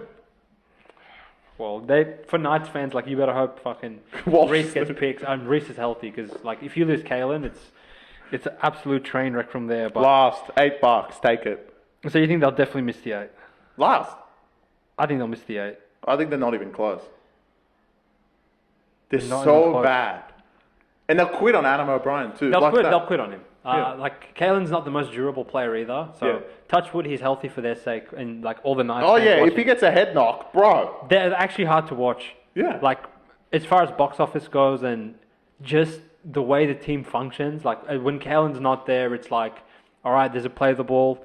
Here's Brayley. There's Crossland. There's Cogger. Who's coming out the back? Oh no, he's gone short. Why has he done that on the last tackle instead of kicking it?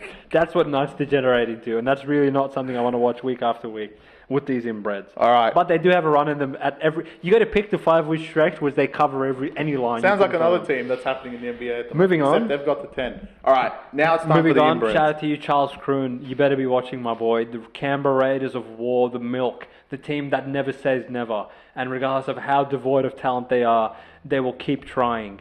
And truly, they operate on half of the salary cap as the rest of the teams in this competition. Because truly, I want to know in the comment section, who the fuck are these guys paying? Truly, they were paying Kotrick $700K. And even that's vacated. And who did I have to show for it? I'm about to tell you. Miles Martin. Who? Matty Nicholson. Ethan Sanders. And Tamale. So Is Ethan Sanders that 5'8" that played for Para one game? Yes. Oh my god. So I think Matty Nicholson is that English half that is going to be playing 5'8". Or am I like getting my clubs mixed no, up that's here? South. That's South. Apologies. So God knows who any of these four players are. I'm Moving sorry, on. These cuts are quick. Kotrick, And thank you for your service. You had a good run. Did he? To think that you played Origin and now like you can't even get a go at Raiders, that's really Is bad. he gone anywhere? Catalan's Dragons. Oh, that's where all the good players have gone. Emre Gula, Peter Holla Holla, we them boys. Jordan Rapana, James Schiller, Whitehead, thank you for your service, and Wolford. So truly, they're running out there with Weeks, Savage, Seb Chris, Timoko, Albert Hopewadi, Ethan Strange, Fogarty, Josh Papali, probably in his last year, I would say, 100%. with Tapane, his boy. Keep going. Danny Levi, I can't believe they're running him out there.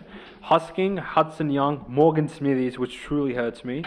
Tom Starling, Matty Nicholson, Corey Horsburgh, and Trey Mooney. So, Holy shit, they're bad. okay, let's say Tarpany's on 900k. Who else is Let's say Hudson, he's an Origin sensation, he's on 700k. Can you find out? Like, is there a way of... Papali, let's say they call him back-ended him, they're also paying him 800k. Fantastic. Where's the other 10 million going to? I'll pay Ricky. I'll call him. Look, the Milk, they're not a team that generally goes and makes splash free agency acquisitions. We know that they don't really pay Well, they're overs not a for team teams. with any players either. Truly, they only sign English players, traditionally. And they had half the English squad when they made the grand final, and that worked well for them. And I respect that. I appreciate it. They're a small market. It's hard to sell rugby league as a profession in Canberra because truly there's nothing to do there. Let's be honest. The weather sucks. The lifestyle sucks. The club is alright. The coach is pretty good. The club's gone. The club's gone. They play well You got to every year. respect the Milk. They're never really out of it. They in never terms give of up. Being quitters, and you know where you like.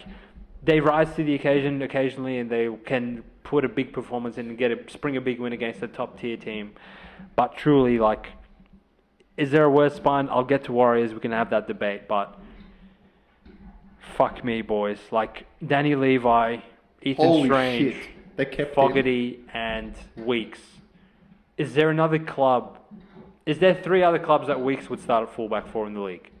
No. Is there 3 other clubs that Levi would start at hooker in for the league? No. God, no. Is there 3 other clubs that Strange would start 5'8" in? Yeah, Even though he's decent. Yeah. Maybe. Yeah. Fogarty's pretty good. Dragon. Fogarty's pretty good. He's their best player. He's probably their best player. Alan He's their best non-forward, let's say.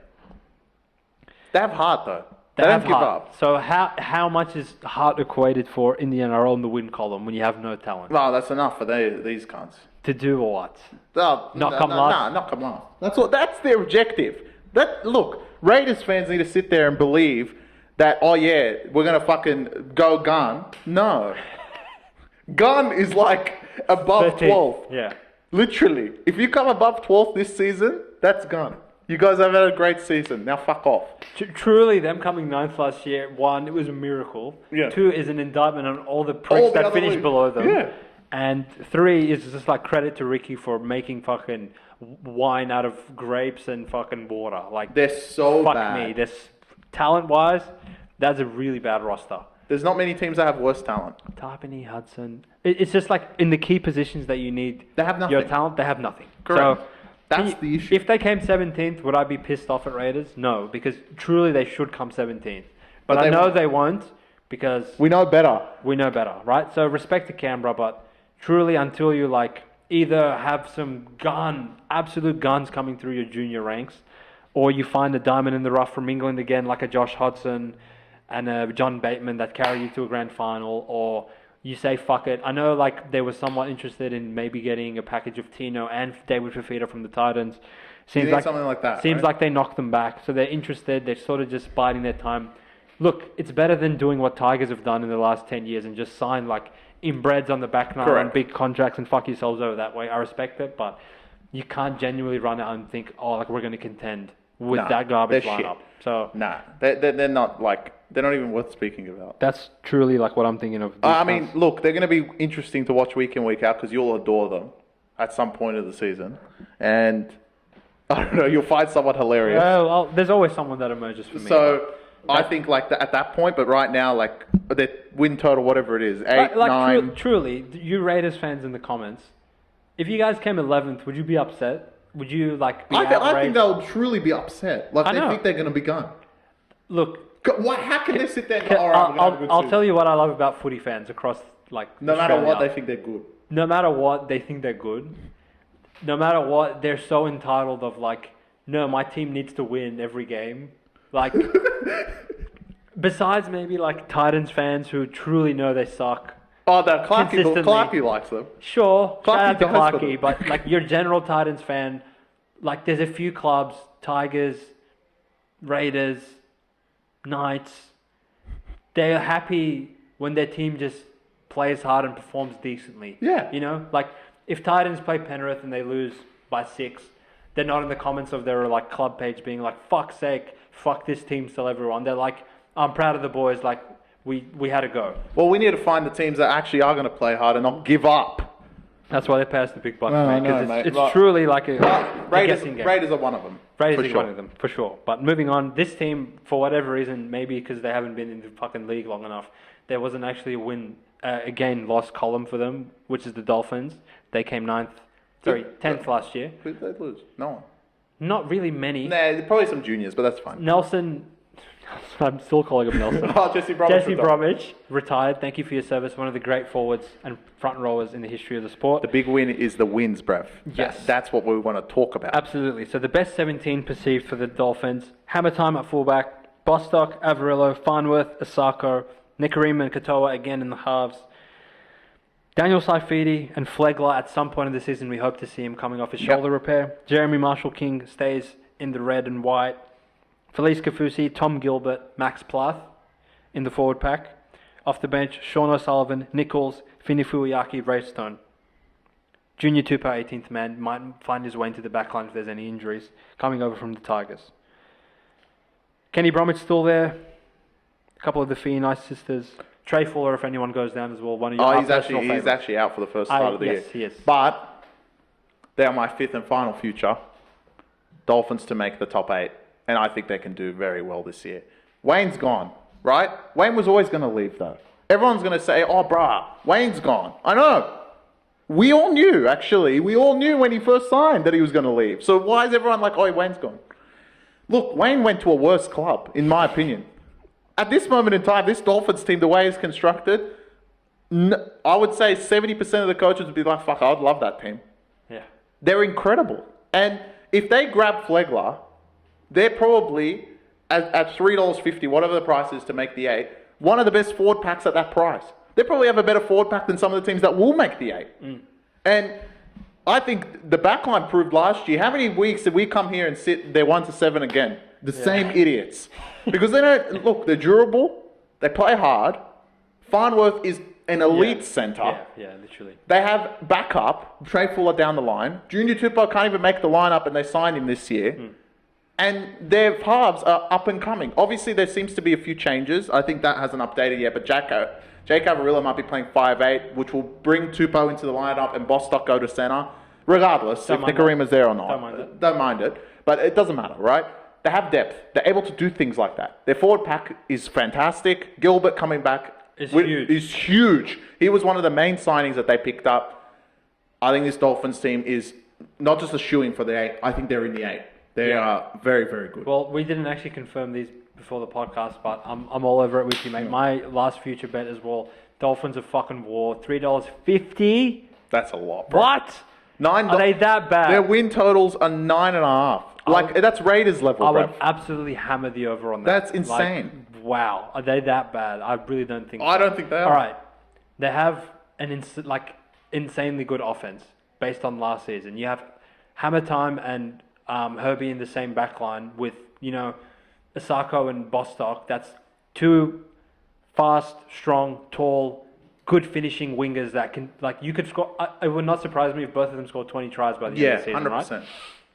You have an upcoming, emerging, I would say bordering on star halfback in Katoa, which he kicks 40-20s. He has a good ability to take the ball to the line and play out the back. And for a young kid, he really plays like a veteran half in a lot of ways. And I think another off-season is going to do him the world of good. Yeah. Whether it's Averillo or Nikarima in the halves with him doesn't bother me too much. I actually kind of would rather Averillo because I think defensively he's less of a liability than Cody is at this stage of his career. And we all know, once Jeremy Marshall-King went down, they really started to struggle in the middle of the park. But you add him in a healthy manner, and you bring in Tom Gilbert and Flegler as well, and you add Daniel Saifiti to this forward pack, holy fuck. There's so much talent in this forward pack Finney now, as with well. Finney Fuiaki as well. Insane. Holy shit. So Kafusi as well. I think like all of those pros outweigh the loss of Wayne in the grand scheme of things. 100%. And like you said, this is not a shock to anyone. He didn't walk out on the club. He signed for 2 years with the intention of, all right, Tristan Wolf, we will give you the reins come 2025. Yep. We're here now. Have they overachieved a lot in their first 2 seasons when everyone thought, like, what the fuck was their win total in that first year? 5? Yeah. And they won the first game. And last year, I look up at the ladder after 10 rounds, and these pricks are in the top 4, right? Yeah. So you could see why they have fallen off towards the back end of seasons, because they just haven't had the time to amass the depth of their roster. But they're truly getting to a point where $3.50 to make the 8, and they fucking not even touted to win 10 games in this garbage sport. I don't know, bro. Come on, bro. That's fucking value. Seems like we're missing something, but this Dolphins team, I think, like, on paper, they're elite at the moment. Maybe truly we're, like, awarding them a little bit too much, but I would have them, like, $2.20 to make the 8 or something. Well, like look, 50-50 I was, before Old Mate, which we'll get to, I think they came 11th. Did they come 11th, Broncos? Yeah. Before we can Sorry, 12th. That's why I'm laughing. I just remembered who came 11th. Yeah, okay. It's probably Titans. But when it first opened, Dolphins to be the highest wins in Queensland were like something like $9. Obviously now, no one's going to take that. I think they're probably more than that because one team went on Xanax. Yeah. But other than that, at that point, you could be like, they're the best team in Queensland. Yeah, at that point, it was definitely... But it was an argument. And at that price, you've been like, wow, that's insane. But now it's not even an argument. I think at that point, people would probably argue that they're the worst team in Queensland before they would argue they're the best. Yeah, correct. But now I think that's crazy to me. Well, wouldn't that mean that like Titans are probably like touted better than them? And Titans... Well, market-wise, in terms Titans of to make 10, the 8 to miss the 8, they're similar. Titans 10 points, so they're 1 win better than them, apparently. Well, we'll get to Titans, who are their own enigma, but I think this Dolphins team is probably, as far as futures goes, the most underappreciated team going into the season. I think like for a long shot, it's not even a long shot. I think it's pretty good. I think a long shot, the best is probably Cronulla, like minor premiership, like because of the price. Cowboys wouldn't spoon, obviously. Cowboys wouldn't spoon, obviously, but I think like in terms of actually realistically happening the most, Dolphins seems to be the best. Bro. Yeah, no, I totally agree with you. And will they miss Wayne? We'll see throughout the year. Like, I think the value of Wayne will truly be quantified by the end of this season, Correct. right? If they get all these additions to the lineup and all this and garbage happens, anything, and they finish below what they did last year, like they finished 12th, then I'll be like, wow, Wayne like truly can carry so an organization. good. Holy fuck. Yeah. Okay. But outside of that, I think like there's no excuse for these guys to miss the 8 this year. Who came 11th? Think. Shout out to you, the Zarafos brothers. Oh yeah. We are up to your team. And like truly cannot believe these guys were 11th, but hilariously, with 2 weeks to go, they were higher than that, Chris. They were 9th, if you remember. Yeah, and then they truly messed it up after. They messed it up after they lost the Bulldogs. That one game, I'll never forget it. Yeah, but look, a very topsy-turvy off-season for the mighty. I might as well go to the bathroom and come back by the time that's done. They truly, like the Red V, have been put through a lot in this off-season that at the end of it have this to show for it. So the gains, we got Damien Cook, Emre Gula, Clint Gutherson, Val Holmes, Lockie Ilias. It's not bad. Screams to me, absolutely screams to me from the mountaintops. Retirement home. We want to retire you guys. But realistically, it screams to me experience. I think Flanagan, after 12 months on the job, looked around and was like, I got a bunch of inbreds and nothing else here. You know what? I'll sacrifice age and possibly... He's got more inbred. And possibly durability, but I need some stability. Why did they sign Gula? He truly thought to himself, I need some stability with these fucks. So they decided to get a blackjack player. So they decided to get rid of a blackjack. Oh, no, they got him, yeah. What am I talking about? This guy's fucking... Maybe they needed luck. For context, we've seen this guy at a casino recently. Which is hilarious, yeah. So he's They kicked him out for card counting. So carrying on to the losses. They did do the losses. Jack Bird's gone. He went to Tigers. That is comical. I forgot about So Jack Bird, you had a good run, but unfortunately the 13 jersey was occupied. So he's good in open play. Max Fee and I. You use a player. If you want to consider him a loss, then I truly think you need help. Ben Hunt, which what what a player you were for the mighty Red V. I know you didn't get the silverware that you probably maybe thought you were going to get when you first came to this truly disaster of a club. Yeah. But I don't truly even think he got enough praise for leaving. this guy, It was incredible. this guy had, I would say, the biggest lot of idiots surrounding him in the past 3 years. Easy. So, Respect to him, bro. like from as far as back yourself goes, we would say Ben Hunt, like, you deserve every bit of praise that you would ever get in your 100%. career. Because this guy, to perennially have these guys like 9th, 10th, and again, back to my earlier point, tricking Dragons fans that at the end of the year, they're like, oh, fuck's sake, like, if we had just beaten Bulldogs, we would have made the 8. Like, you guys truly should have been last. Agreed. Right? And this guy puts you like... We'll see how good they are this Anyway. Losses, Jack Birdfee, Ben Hunt. Zach Lomax, which, huge loss. Big shoes to fill. Marshke's gone. Dan Russell's gone. Tamale Mack's gone. And Paul Turner's released. So, few big outs. Few big ins. This is what the 17 is perceived to look like. Here we go. And Zarefos Brothers, you can tell us exactly what's going to happen. I want a prediction in the comment section where you boys think you'll finish on the ladder. Come the end of the season. If you ask one says... that's why I want both of them. Yeah. I need the logical, rational one and the irrational one. And you know which one you are. Gutherson fullback, Matthew Fiano, without his brother. Oh, wait. His brother went to Dolphins by himself. Yeah. He's gone rogue. He thought both... It was a package deal, but they said, fuck, we only want one of you pricks. Sully, Val Holmes, Sloane's playing wing, apparently. Yeah. Where's Ramsey? Flanagan and Ilias.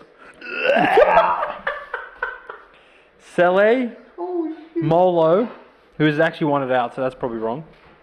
Dame Cook, Suar, Leilua, Fatala Mariner, Little, DeBellin, Eisenhuth, and one of the Couchmans. That is truly god-awful. No, they're not that bad. Their pack's good. Look. Stop. Which one's better, the Knights pack or the Dragons pack? The Knights pack. No, these guys are awful. That's right. Sele, Molo, Suar, Fatala Mariner, and Leilua. That's horrible. All right, first of all, Suar's good. DeBellin will start. Shit, why is he not in this list? Oh, no. It's fucking stupid. He's old, sure, but Yeah, anyway. He'll start. Look. These cunts are shit. This is the worst forward pack in the league. No. It's fucking horrible. I still think Knights are worse.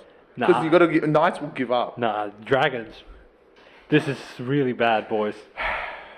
There's nothing positive to say. That's why they have the least win total out of any team. 8.5. Can they win 9 games? Can I fucking walk on water? That's like... How are they going to go out there with Ilias and Carl Flanagan and this forward pack and win 10 games? Truly. Kicking to Sloan. They might win 1. This is really bad, boys. I don't even think I understood the gravity of how bad. Well, they these do have a cunts are. Greek playing halfback. That will help. That helps no one. Not when it's him. Ilias and Flanagan is the worst combo. We've seen Ilias. That's actually worse than Think Warriors. about this. We've seen Ilias be awful with Cody Walker, right? We've seen Flanagan be awful with Ben Hunt. Imagine these pricks with just each other. Fuck me. Well, they have Damien Cook to help them. He's gonna need help him, all right. All right. It's still Knights. Like, at the price, you have to take Knights or Cowboys to come last. Yeah. You can't take Dragons, bro. The thing with It's too short. Dragons is everyone knows they're like Awful. Yeah. they have the least talent in the league, right? But they have Flanagan. That's the big difference. What do you think? What do you make of their acquisitions? Retirement home. It kind of serves their purpose for this season, though. Yeah, no, but like, what's their future prospect? Are they hoping Ilias turns gun? I truly think Dragons have the worst future outlook. They have going forward. nothing. They have nothing. Look, if you have this lineup, this is what pisses me off about Dragons. Even this lineup, if you had just Lomax, It's, much better. the back line would be like, fuck me. You'd be King, Lomax, Val, Sully. Bro, That's all right, they're not bad. If you had kept Ben Hunt as well, which would have been heaps, you could have made the 8.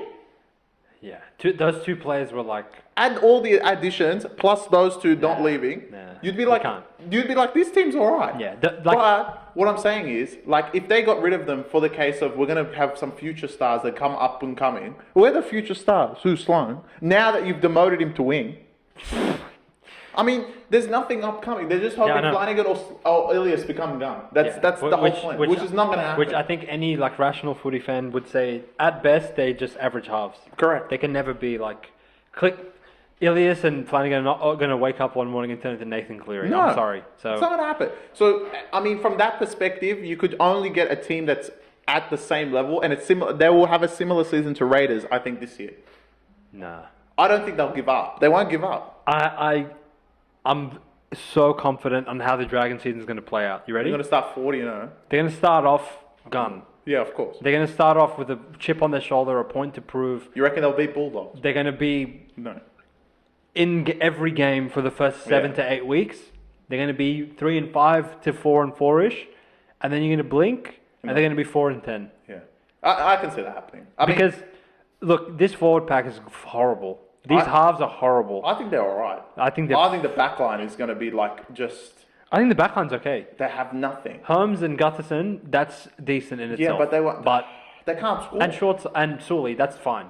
You have two pretty good centres, one gun centre and an elite fullback, in my opinion. That will he give the leadership qualities and shit that Shane Flanagan's been looking for? Absolutely, but you can't. You can only fucking lead these pricks so much. You can't go and take hit-ups for these. It's simple as this. You can only lead a horse to water. You can't make it drink. Yeah, you can't make it drink. So and these forwards can't drink. These forwards are not drinking anything. Fuck me, boy. I mean, Bolo, it's all too tough for you. When do you want to go back to... This just explains the Cowboys regime, right? How bad the Cowboys regime is, because that's where he was. And now it's all tough for him at Dragons. Unbelievable, this team. Dragons are like... I'm truly confident. I'll die for them. We have a lot of Dragons fans that follow this podcast, and this guy's a closet Dragons fan as well because he loves them. We're rooting for you boys. We want you to have a good season. But we want you to overachieve and beat your expectations again and have another quality year. But this year, truly, like, I don't see where the hope's coming from. Yeah, I don't know. I think, like, wow. This is really bad from you boys. Like, come on, boys. This is really bad. All right. I believe the team that came 12th is Brisbane. Yeah. All right, finally. One of the last teams we're going to go extensively into, I reckon. Well, there is the 17th team, but yeah, obviously everyone's going to want to hear the last three teams, honestly, might be the best show of the podcast. Para, South, and Tigers. You know, when I was compiling the list of team lists, and I realized that Para finished higher than South, I actually fell on the metro. I told you last year. I actually fell on the metro and I couldn't stop laughing. But carrying on to business. There's, they picked up a player. He's not even that good. But he's not that good, hey? Broncos have picked up Ben Hunt, and that's it. So, if you're going to pick up one player, that's a player to pick up. And they took the Melbourne blueprint. We'll sign one guy, but we'll make sure he's gone. He's pretty good at Suncorp Stadium as well. Yeah, a little bit. They lost Corey Oates to retirement. Thank you for your service, 2005. What a player. They lost Jordan Pereira and Tristan. Oh, Jordan Pereira. Tristan, a.k.a. Wiz Khalifa Sailor, is now in the UK, so I really missed him. Right. His last play in the NRL was at Chip and Chase, down 60-4 against Melbourne. What an absolute comedy show he was.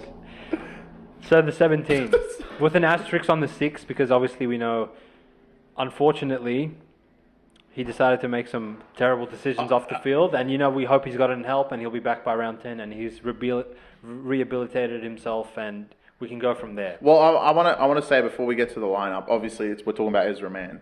I want to say, we don't hold anyone back. No club, no ref, no players, and the NRL itself can also get slewed on this podcast.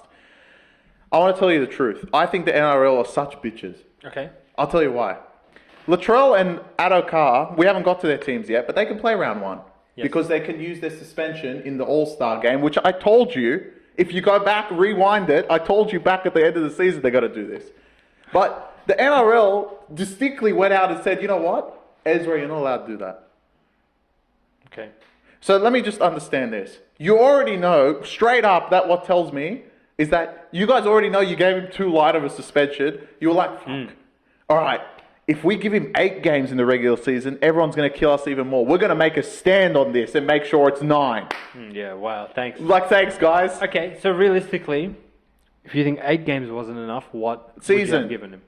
Season. They should be out for the whole year. The entire year. He shouldn't get paid for the whole year. Think about it. Us, we have 9, you would know. We have 9 to 5 jobs, right? If we were to do what he did, we probably wouldn't have a job anymore. And we would have to spend the whole time trying to find it. So you should be suspended without pay for the whole year. Yeah, what he did was like really fucking bad. Exactly. And the NRL made a stand. His suspension isn't allowed in the All-Star game. But anyway, continue. He comes back round 10. You know, not to get caught in the like foxhole of the NRL, but they are like an inbred decision-making unit. Yeah. But carrying on.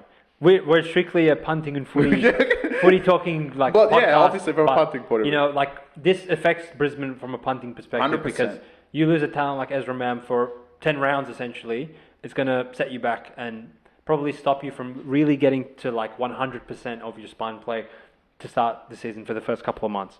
Reece Walsh, Jesse Arthurs, Cobbo, Staggs, Mariner, Mam, Reynolds, Haas, Hunt, Jensen, Piakura, Ricky, Carrigan, Blake Moser, Xavier Willison, Kobe Hetherington, Benjamin Takura. Wow. Yeah, wow. Look. And it says over here, Did it say? Madge Maguire. Yeah, that's the biggest one of all. I also had another thing to slew the NRL on. Manly isn't playing Magic Round. I don't know if you've seen. Because they went out to the NRL and said, we're sick of this. We play Magic Round in Suncorp, and you guys always conveniently give us a home game against Brisbane. Yeah, they said fuck And off. they said, all right, you guys aren't playing Magic Round. Again, the NRL being bitches. That's stupid. They should just give Brisbane the home game in Magic Round, inbred. They could have just switched the teams around and you could have kept your beloved Friday night Magic Round game. But anyway, Brisbane are in my top 4. All right, just stop for a second. This is insane. All right, stop me when I name a non-goated player, right? Walsh, Arthurs. Okay, let's say Arthurs. All right. Yeah, but besides him, we like him. Cobbo, Staggs, Mariner, Mam, Reynolds, Haas, Hunt, Jensen. You have to literally get to 10 before you're like, that guy's not great. And then you go Piakura, Ricky, Carrigan. Yeah. What the hell? They're insane. And obviously, as mentioned, they're in the top 4. They're not a futures bet because it should be just plain and simple. And the odds are already pushing that they're going to make the top 4. Yeah, they're nuts. Look, there is a few things. Is this Brisbane team a bunch of cowards? There was a report that came out today from Buzz, and I trust Buzz because he tells the truth. He is saying there's reports within the camp that they're not happy with how hard the preseason was.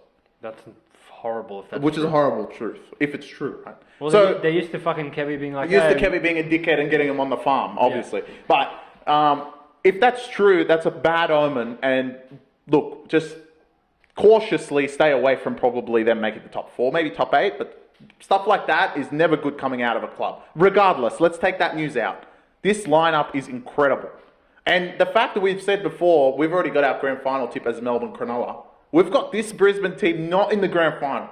This team, head to toe, obviously they have a few flaws. Kobe's starting, first of all. But other than that, from 1 to 10... You can't have it all, I guess. From 1 to 10, they're actually insane. And if they live up to their potential, they will be there. And I guess my 6th futures bet, which I had and taken out, which is at a stupid price. I think it's like 20 to 1 in some spots. Reece Walsh to win Dally M. With Ezra not there as well, this guy has to be the crux of this team and get as many Dally M points as possible. Reynolds is going to be in and out. Ben Hunt's going to be in and out. They both have age. Reece Walsh is the offense of Brisbane. We saw that last year when he wasn't there, how bad they were offensively.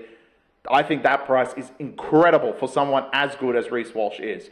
And I think Brisbane are in the top 4. Regardless of this news, if I didn't hear about it today, I would have put them in the top 4. They're in my top 4, for sure. Brisbane. Are they going to fuck us over again? They drew a good year, though. Okay. For the loyal, avid pod listeners, We'll die for them. after the Dolphins game of last year, where they lost, 42-4, I said, you know what, Kevy has to go. Yeah. This is fucking... Well, they came out pitchforks.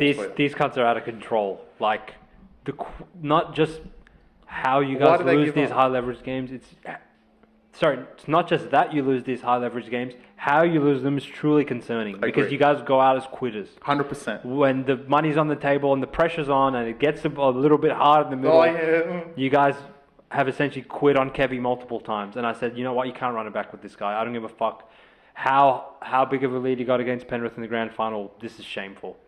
The cunts came out with pitchforks for me. That's fine. 1 month later, Kevy's gone. All right. What was your options coaching wise? Holbrook? No. You can't put him. He's got a job this year. You can't put him at the head of Brisbane. You know, it's He like literally got sacked from Titans. You can't put him you in. can't pick up the scraps of Titans. Titans. Aren't they next? That's beneath them, right? Yeah, so they're next. the best available coach to go out and assign your fucking faith and put your responsibility of a club is Madge. And 100%. for the X's and O's and whatever the fuck you want to say about Madge, is he the best coach in the league? No. Is he? Does he just does he demand an honest and committed performance from every player from 1 to 17 of his club? Yes, he does. We saw it. Brisbane, they don't need a coach that can tell them, oh, look, if you position yourself here in the rock and swoop this way and cut it out to this guy, that's going to create space and they're going to go and score down the wing. No, it is, bro. They don't need that shit, all right? They got Reynolds for, you know, whether he's in and out of the lineup, whatever. It doesn't matter. They have Ben Hunt. They will have Mam. They have Walsh, who you're thinking might win Dally M. Definitely is a shout. If everything pans out well for Brisbane, he's going to get all the points. he's going to, like, set the fucking league on fire. Set every TikTok and Twitter page on fire with, like, what he can produce on the field. Truly, like, I think he's overhated. Oh, yeah. I really don't understand. Like, sure, anyone that's really good is overhated, but Reece in particular, for no reason, even when Broncos are, like, have turned into the dirt of the sport, he's the only cunt that will, like, put points on the board for. After last year, I think the hate should go away. He literally, without him, they can't score. They can't score. They literally cannot put the ball over the line. Yeah, so they actually have, like, amazing roster, and now in my mind, they should have a coach that will get the most out of this roster. If what Chris is saying and these cunts are already getting tired from Magic's coaching, I know. That's fine. That's scary, but I think as a club, Brisbane have put a line in the sand of it's this cunt's way or the highway, and if you guys aren't willing to fucking train hard, then get the fuck out. I don't give a shit how talented you are. So I'm happy to roll with that. You got a front row pairing of Carrigan and Haas. You have Stags and freaking Cobbo as your centers. Like, you literally can't have a better roster than this. No, you can't. So it's time to actually show the world that you guys have what it takes. Good. Yeah, I'm expecting top 4 and anything short of a grand final appearance, in my opinion, you can't have a, like, unsuccessful year. Prelim. If they lose to Melbourne, if you lose to fair Melbourne, enough.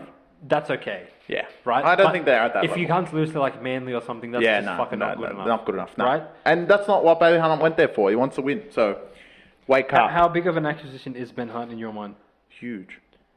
I mean, he was Does he coaching Dragons out there. Does he move the needle in terms of, okay, now they have this guy, now they can win it all? Yeah. I think they can win, yeah. Do you feel like they can win it all and you previously didn't think they could without Hunt? Yeah, without Hunt. With Hunt, they can definitely win it. I don't think they could win it. I think it would be a lot, like, literally would come on and be like, these two are going to make the grand final, we might as well skip to it. If Brisbane went there. If Brisbane didn't have him, I would say, yeah, Melbourne, Cronulla, pack it up, it's over. Do you think Sharks are better than them? Yeah. Do you really? Yeah. You promise? If you put backline to backline, I'll take Cronulla. Yeah, okay. So, I know they have Walsh, but backline to backline, take Cronulla. Forwards to forwards, I'd take Cronulla. Fuck. I think in the right positions, Cronulla have the players. I think they have a great front, like, forwards, but that's it. I think Cronulla have McInnes, Adden, Nickera, Blake Brayley. Fuck that. I think, like, in each position, they have a good enough player that's better than Brisbane's. Okay. Is that better than Haas, Carrigan, Hunt, Piakora, and Ricky? I think it is. Probably not. I don't know. I would say, look, based on experience, I think when you include the bench, the Sharks one's better. Yeah, obviously these guys are going to. They're bringing on Hazelton and shit. These cunts are bringing on Kobe. Obviously, and they still have Atkinson as well. But, like, on top of that, I think, like, the backline. If you literally the Brisbane backline is so good, I'd still take Cronulla's. What about the spine? Oh, I'll take Brisbane's. I feel like you're making more of a case for Brisbane without even realizing. Am I going to take Brisbane's? Is Hines better than Reynolds? I think he is at this moment in time. Reynolds... Obviously, Ezra's going to win that battle. That's fine. Walsh and Kennedy's not close. It's close. Literally, it's whoever gets home ground advantage. Yeah. Whoever has to go, that's who wins. The only reason I would lean Sharks at this point is I feel like I know what I can expect from them in terms of consistent really? effort and The hard work. finals? No. Like, getting to the finals. Yeah. We're like, as up and down the Sharks have been, they've been in the 8 and the 4 every year for 5 Brisbane, years, right? These cunts are like, we're in the grand final, we're 12th. Yeah. We're fucking 9th, we're 3rd. You know? So, from that perspective, I would trust Sharks more, but from who has a higher ceiling if they both play their best, you could argue Brisbane's probably the highest in the comp outside of Melbourne. Yeah. Well, look, if we get exactly what we're looking for, which is not going to happen because it's us. Yeah, we have to. If we get a Sharks Brisbane first round, that's what else do you want? That's war. That's war. Those two. Whoever gets that. But just not to already start talking finals or anything, but there's a few if all goes to script and fucking Cowboys aren't in there or some garbage, there's a few mouth-watering clashes of oh fuck, we've been waiting 6 months to watch these two teams play each other. What's gonna happen? I can already imagine. I want to be horny by the time that comes around.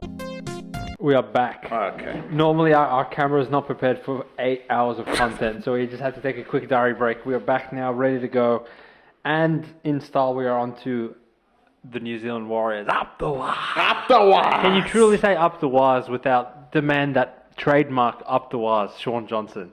Yeah, right. I truly don't. I'm going to say down the wires. Down. And a half, bro. Down the wires. Please don't tell me that. Their loss list is incredible. But their gain list is just it's not. It's just as fascinating. It hurts thinking about it now. Tanner Boyd? Is that gain? He counted? Oh, okay. But Aaron Clark? Are we going through gains first? What about losses? I'm getting to losses. Right. But they gained Aaron Clark. You don't have any comments? No. James Fisher-Harris. All right, that's good. All right. Culture setter, hard-working, one of the great Kiwi players score another of this try. generation. He has big shoes to fill in Adam Fanua-Blake, but you could definitely argue they're comparable. Let's say it's a wash. Losses, obviously, Adam Fanua-Blake. Tohu Harris. Mr. Duty of Care, Mr. Ball Playing, Mr. Pace through the middle, Mr. I will move the line and break the line and score a try. Sean Johnson. Jesus. Marcelo Montoya. Oh my God. Warriors DNA, Jazz Tuvanga, has been let go and sent off to the Sea Eagles. And now they are truly running out a horrific lineup of Nickel Clark-Stad at fullback, who is probably the third best fullback on the roster, but that's a debate for the round one preview. Holy shit. Wateni Zelezniak, Rocco Berry, my boy, Tuivasa-Sheck, Kossi, Metcalf, Tamari Martin, James Fisher-Harris, Wade Egan for about 4 rounds, Mitch Barnett, New South Wales royalty, Kurt Capewell, Jackson Ford, Aaron Clark starting, perceived. I walked off the set. It was that bad. Dylan Walker, a.k.a. Andrew Tate, Vai Mauga, Nia Kure, Harris Tavita for the purposes of goal kicking. I've heard enough. He's just going to go through every player. Tom Ale, Bunty Afoa, I made a horrible mistake in the first episode. I've got a new team to come last, Warriors. I think they've improved. In what capacity? Where have they improved? This team's fucking horrible. I'm telling you, I've made a horrible mistake. Don't worry about Knights. At least they have Caleb. These guys don't even have that. They're literally Knights without Caleb. This might be the worst attack in the league. Yeah. Truly. Can't they play like Orlando? They're the Orlando Magic of the NRL. Yeah. Truly, there is one small maneuver they could do to save themselves, but they won't. And that's the crux of the problem with this team. Take Roger and give him the number 1 jersey, you imbeciles. Well, they like Chansey too much. He provides all the offense.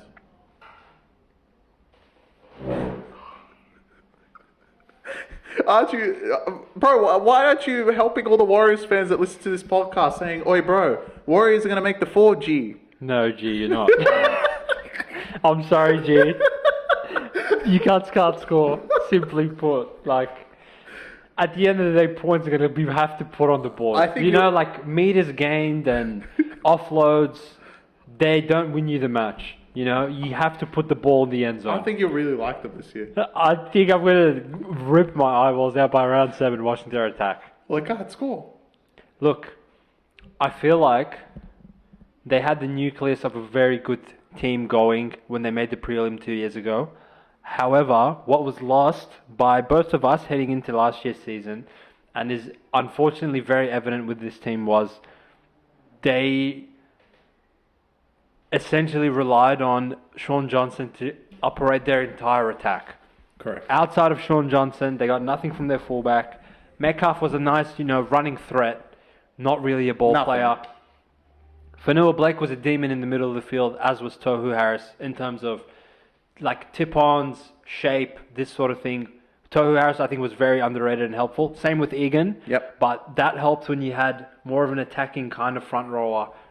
As far as Fanua Blake goes, I don't see Fisher Harris as that type of player. He's more of a defensive-minded.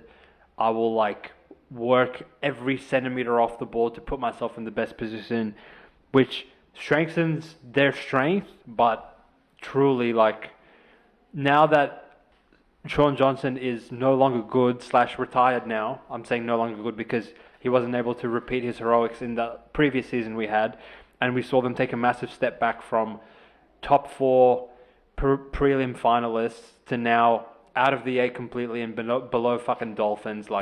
I did not see that fall from grace coming, and truly, where they were deficient as a club and as a lineup, they're even worse now. And I respect their club, their players. They have individual talent in unkey spots, in spots that complement what's really important to a club. But Nickel Clockstad, Metcalf, Tamari Martin, and Egan, who sure, he was great when Johnson was there, but fuck me, boys. There's a reason why I had this team second last. I remember now. Knights were last, and these guys were second last. They're so bad. There's nothing really to say. All I can say is that 2 years ago when they said Kalen Ponga's the Dahlia medalist, it was wrong. This team is so bad without Sean Johnson, and he had to have that spectacular year to get this team to a prelim. Other than that, they've been woeful. And they will continue to do that. I'm sorry, G's, that are out there watching this. Warriors there's no hope. There's not even hope for these guys. I don't think there is. They're so fucking bad. Do you think they're well coached? Yeah. He's a defensive coach. Do you think they have a good forward pack? They're okay. Between Fisher Harris... Yeah, they're good. They're good. On paper, they're good. Between Fisher Harris, Barnett, Capewell, Niokore. Who's starting lock? Capewell. No, they've got him on an edge for his footwork. Starting lock, we have... This has Aaron Clark there, which I truly hope... This is not Titans. Which I truly hope this is some sort of stitch up. There must be some sort of secret, I reckon. They actually don't have one, truly.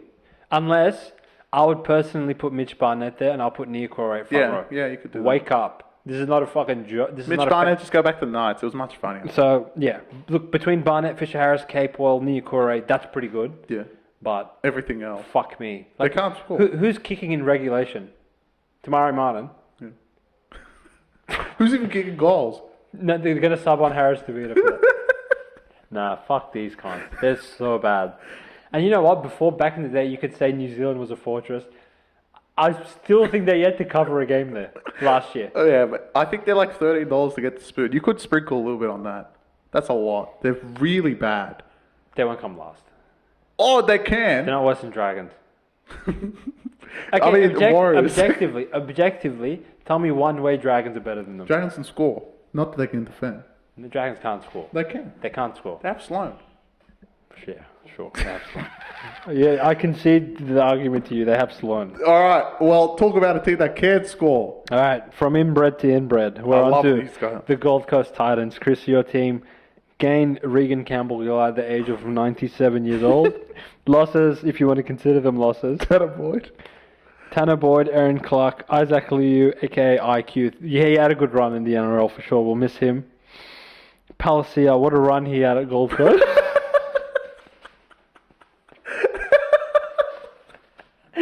And Aaron Schwab, which where did he go? He's now running out waters for Turbo. Is that Bailey? Oh, yeah. Sorry, I forgot there's actual fucking line up to go through with these in red. I think Titans is probably our least talked about one. But there's nothing to really say. It's the same the Prince guy. of Bali, Kinney's at fullback, with Jojo Fafita, Brian Kelly, Phil Sami, and Tom Pereira. It's the same prick. Brimson and Foran is touted to be the house Brimson and Campbell. Same garbage. Again, who's kicking in the regulation? Tino's back, which we did miss you last year, so welcome back. Hope your ACL recovery went well and you are healthy this year. Fodawaker, Barrels at 9, Firma, David Fafita, Chris Randall, Jaden Campbell on the bench, hypothetically, but maybe you're saying 4 and will get fucked off at the age of 40. Jolliffe, Campbell, Gillard, and Cleese Hart.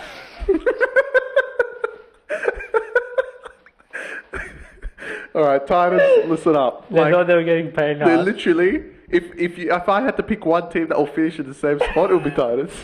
Like, they may as well not even play at the end. Just pencil them in for 13th at the end of the year. 14th.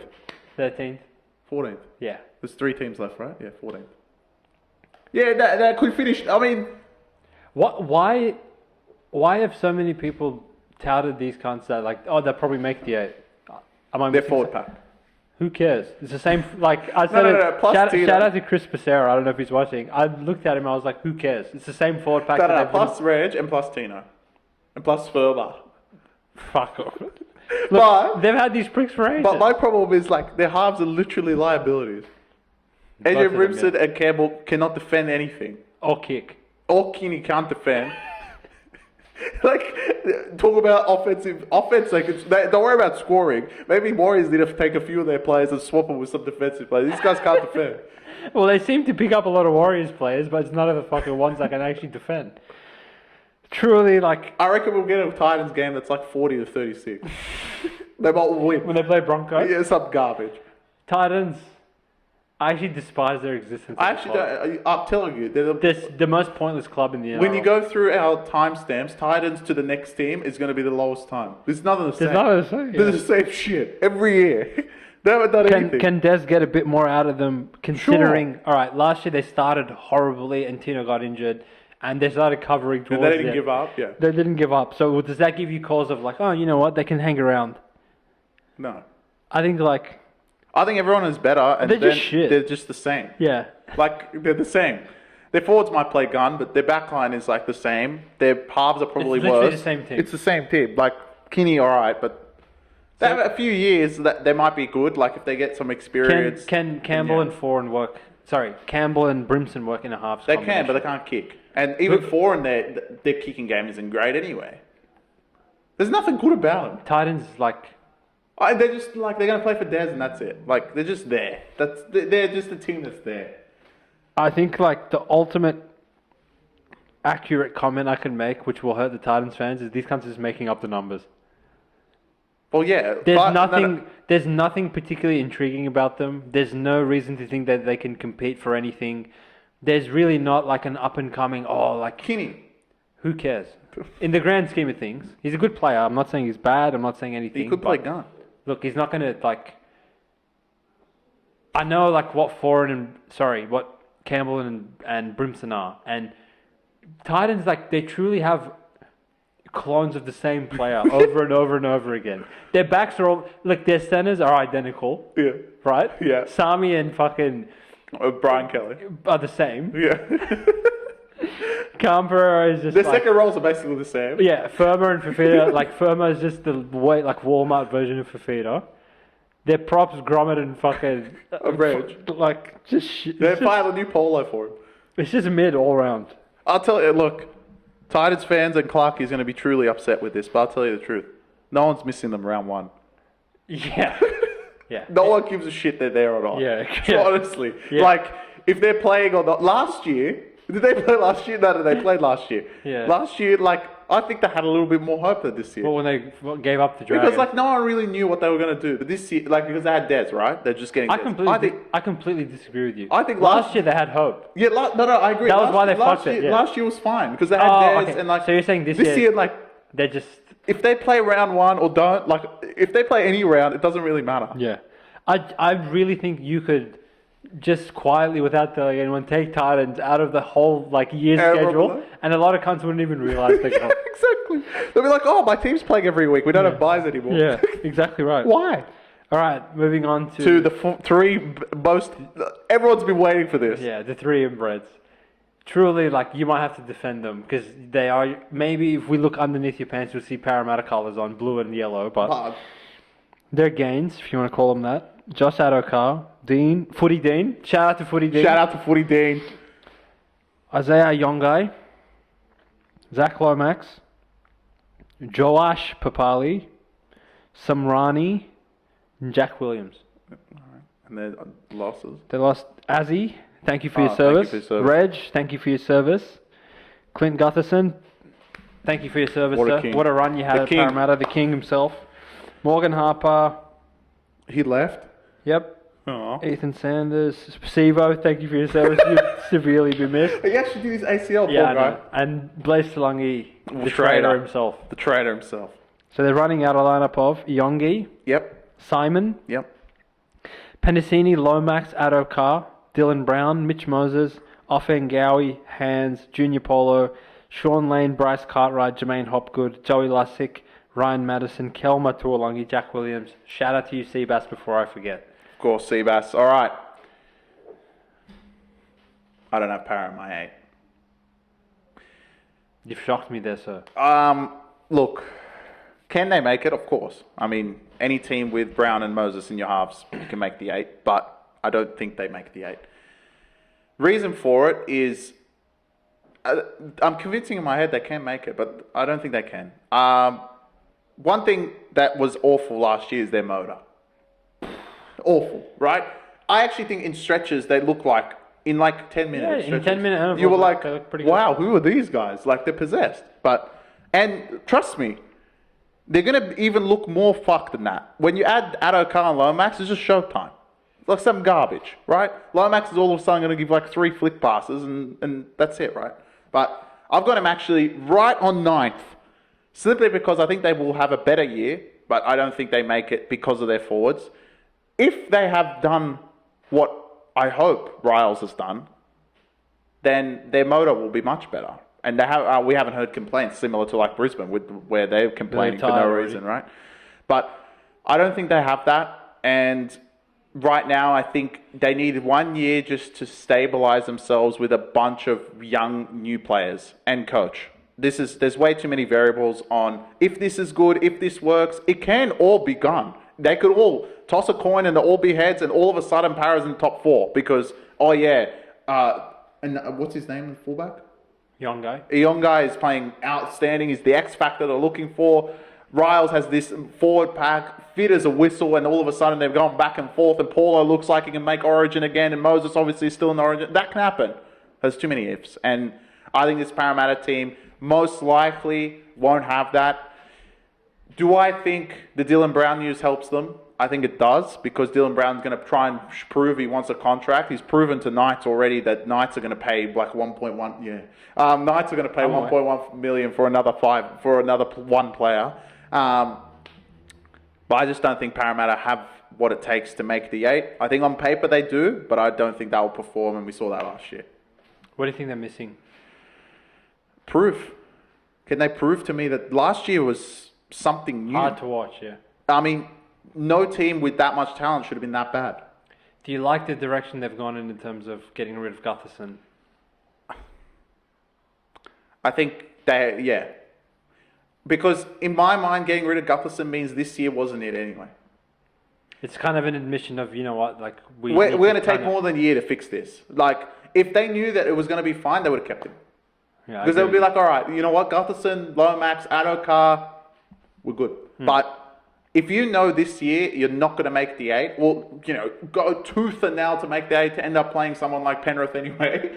Even while Penrith come 5th, or Brisbane, or Cronulla, like, you're going to lose. And I just think they went, in that sense, way I look at it now, I'm like, they made the right decision. Because if he's there more than a year, if you say Gutherson's going to get through another season without having major injury and then come back in 2026, I think that's too much to say, oh yeah, that team, they still have Gutherson. You have to try something else. Okay. Well, we'll see like what this young guy kid develops into. I think we saw flashes of him in Penrith where he looked pretty competent, and he's still a young buck, so we'll see what happens with him. Hopefully, for Parramatta fans' sake, and I know there's a lot of them out there, out towards our areas in the West, that they'll be praying that, you know, when they got Gutherson, I don't think they saw 7-8 year captain of the club in him. Not. So, these players can develop into anything, and with a good system around him, I hope he can turn into that. He's got pretty cracking backline around him, let's be honest. To have Zach Lomax, Adokar, Penasini, that's incredible. That's probably as good as you're going to get as far as centers and wingers go in the sport. So you got a Adokar that's motivated to prove that his career's on a lifeline after. And he's not a liar. He's not a liar either. He's honest. You could take him at his word, and there's no need to investigate anything. And if for whatever reason he's found guilty, it was an accident. So that happens sometimes. That's the sort of character I would want at my club. An honest truth teller. But Zach Lomax had a career year at the wing position. He's back in the centres. I think he missed doing his flick passes, so he's back in there now. But he's a hell of a talent. So he's got a flick centre, wing, I don't really give a shit. He's still a great addition into your lineup. Your forwards. Now, this is where it gets interesting for Parra, because truly, Parra had a window of about 2 to 3 years when they had Reid Marnie and they had Isaiah Papali'i and they had Sean Lane playing as well as he was. They had Paulo, who was a bit younger. Reg was a bit younger. Madison was in form. All these players essentially carried them all the way to a grand final where, unfortunately for Eels fans, they just ran into a complete... Of all the grand finals, that was the most fucked up one that Penrith played. That first 20, they would have legit beaten an all-star lineup of the decade of the NRL. They was that fucked.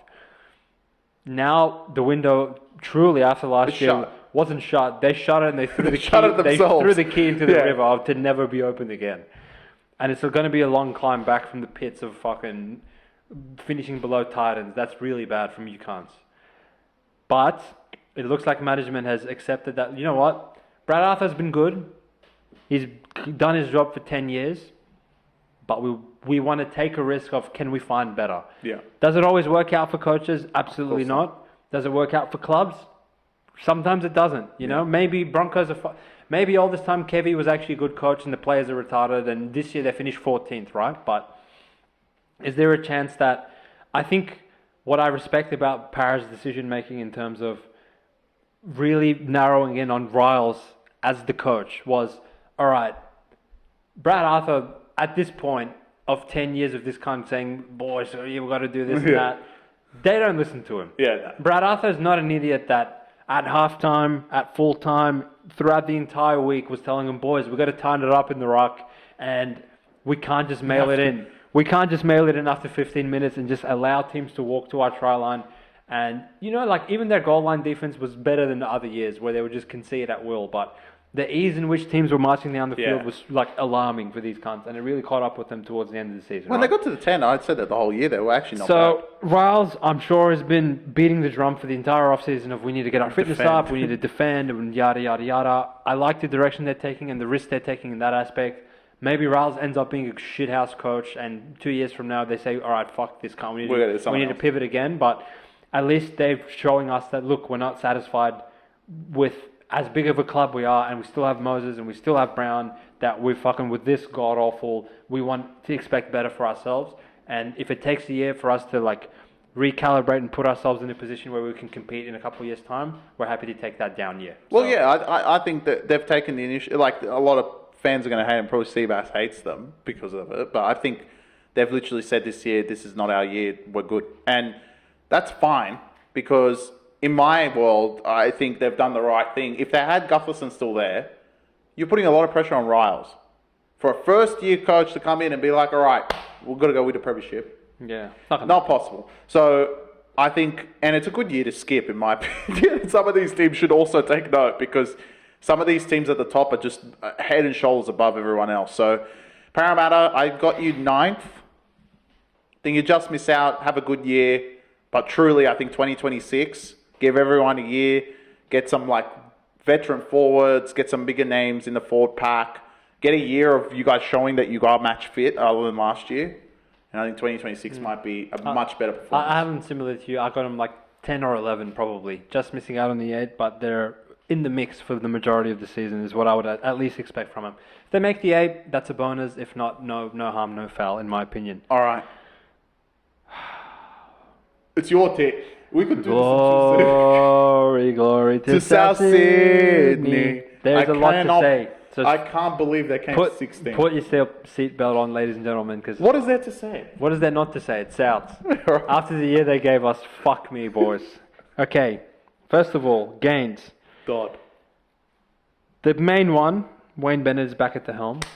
After giving up and making a couple of grand finals, unfortunately couldn't deliver a premiership to Redfern. He's gone to Dolphins for a couple of years, and now they've signed him to save South. Latrell, essentially. From a son. The gains. So he's brought his son with him. First it was Darius Boyd, now it's Ewan Aitken, which is really funny. He always has like one bloke that he just takes with him everywhere. It's comical. He actually wanted Marshall King, and Marshall King said that. Lewis Dodd, so I think that's the He's half the new that's come halfback, yep. from St. Helens, which is a respectable club. Fair enough. Jamie Humphreys, Lachlan Hubner, Josh Schuster, which There he is the comedy show, I think that's it. The rest and Jaden Sullivan, which I think he's running out waters for Latrell. He went from Tigers Or maybe to Coke South. Zeros. He went from Tigers to South. Jesus. I was of the He's opinion. upgraded. I was of the opinion he went to England, but Apparently maybe not. Wayne likes him. I Wayne don't know. loves He's it. seeing Wayne something. dies for him. He's seeing something I'm certainly not. Next thing you'll be now up the there. losses. Now there's years and years of service that needs to be acknowledged in this one. Tom Burgess is gone. Thank you for your service. Damien Cook, thank you for your service as well. You had a great run. Jacob great. Gagai, unfortunately didn't go to Knights. He's gone to Huddersfield. Footy Dean's gone. Thank fuck. Along with Ilias, thank fuck. This is one of the true. I think he's a back yourself top 5 favourite. Tane Milne's gone. Oh, where did he go? He had so much loading that if he sneezed the wrong way, he was going to be out for 12 weeks. So he's gone. And Isaac Thompson's also gone to Canberra, which is hilarious. Damn. 1 to 17, you ready? Here we go. Trell Mitt. Trail mid. Johnston at some point, I believe, would return from his Mid-year, I ruptured think. Achilles to come and poach Myers more might tries. be playing there. Campbell Graham, who's already broken his hand after coming back from a broken He's supposed sternum. to come back round 1. Jack the Saviour Wyden at centre. Tyron Munro, who showed like he's pretty talented young fella. Cody Water at 5'8". Lewis Dodd at halfback, which they're putting a lot of stock into this guy, I tell you what. Totola's back. Thank God. Moali's still there apparently. Or has he gone to Dragons? I thought he went to Dragons, but anyway. Let's say he's gone to Dragons and this is outdated. Peter is packing the scrum at hooker. Fuck me. Kaloa Matungi, The best player ever. the saviour Jai Arrow, and Cameron Murray are your back rowers and lock forward. Your interchange is apparently Josh Schuster. He's going to come on and play front row apparently. Ewan Aitken, Talis Duncan, and Hubner. All right, South. Show us what you're made of. My final, I had 7. Fuck me. You imbecile. South to make the 8. I mean, For what reasoning? look. Wake up. All right. My reasoning is this. They're god awful. I know, but I think they might wake up. I had a decision between them and Para. Who am I going to cheer for to make the 8? I sat there and went, look. But you don't even like South. That's why I picked them. I love Para to death, but they always stitch me up. So I was like, you know what? If Para make it, I'm going to be happy anyway. So I'm going to say South. They have a better offense than Para, objectively. With Latrell, like, their offense is fantastic. And I think the biggest weakness South had last year was their outside backs. They're left centre. But this year, it's a whole lot better. Being able to move wide and outside of the halves and put him at centre, he's an elite centre. We saw it in an origin level. He is a great centre. Campbell Graham is also... He was pretty good. Campbell Graham is also a fantastic centre. I actually am buying stock as well at a cheap price because I feel like he's very low stock outside of South. I think Lewis Dodd is going to be fantastic for this team. I have watched some clips of him at St. Helens and he was brilliant. Obviously, the NRL always stitches it up. But one thing that a lot of people may listen to on the podcast and lots of people that go through some of the older NRL teams is that British halfbacks and 5'8" are typically pretty good when they come into the league. The latest one, George Hortiger. I think they're pretty shit. No, Hortiger came, he was gone. He was not. He sucked. Generally, the British forwards... They're good. No, you're wrong. Generally, the British forwards come in and they're gone. Nah. There's been a million examples of that, but the halves and the Caesar outside backs... Salakam, he was gone. He was already from here. No, I swear he played. No, he played at Titans before. Truly, like, our sample size of British outside backs in terms of fullbacks and halves that have really come and been good in the NRL is like George Williams for a year, and that's pretty much it. The Sam Tompkins was pretty good, but even then he was like lighting the Super League on fire, and then he came in and they're like, oh, this guy's pretty good. You know, it's hard for them to like really play as well as they do in England in here. I'm not sure exactly what the reasoning is. Oh yeah. I don't think it's going to be like what he does. I think the forwards there are like very tough nosed, and they always play in like horrific conditions, and they're very tough players.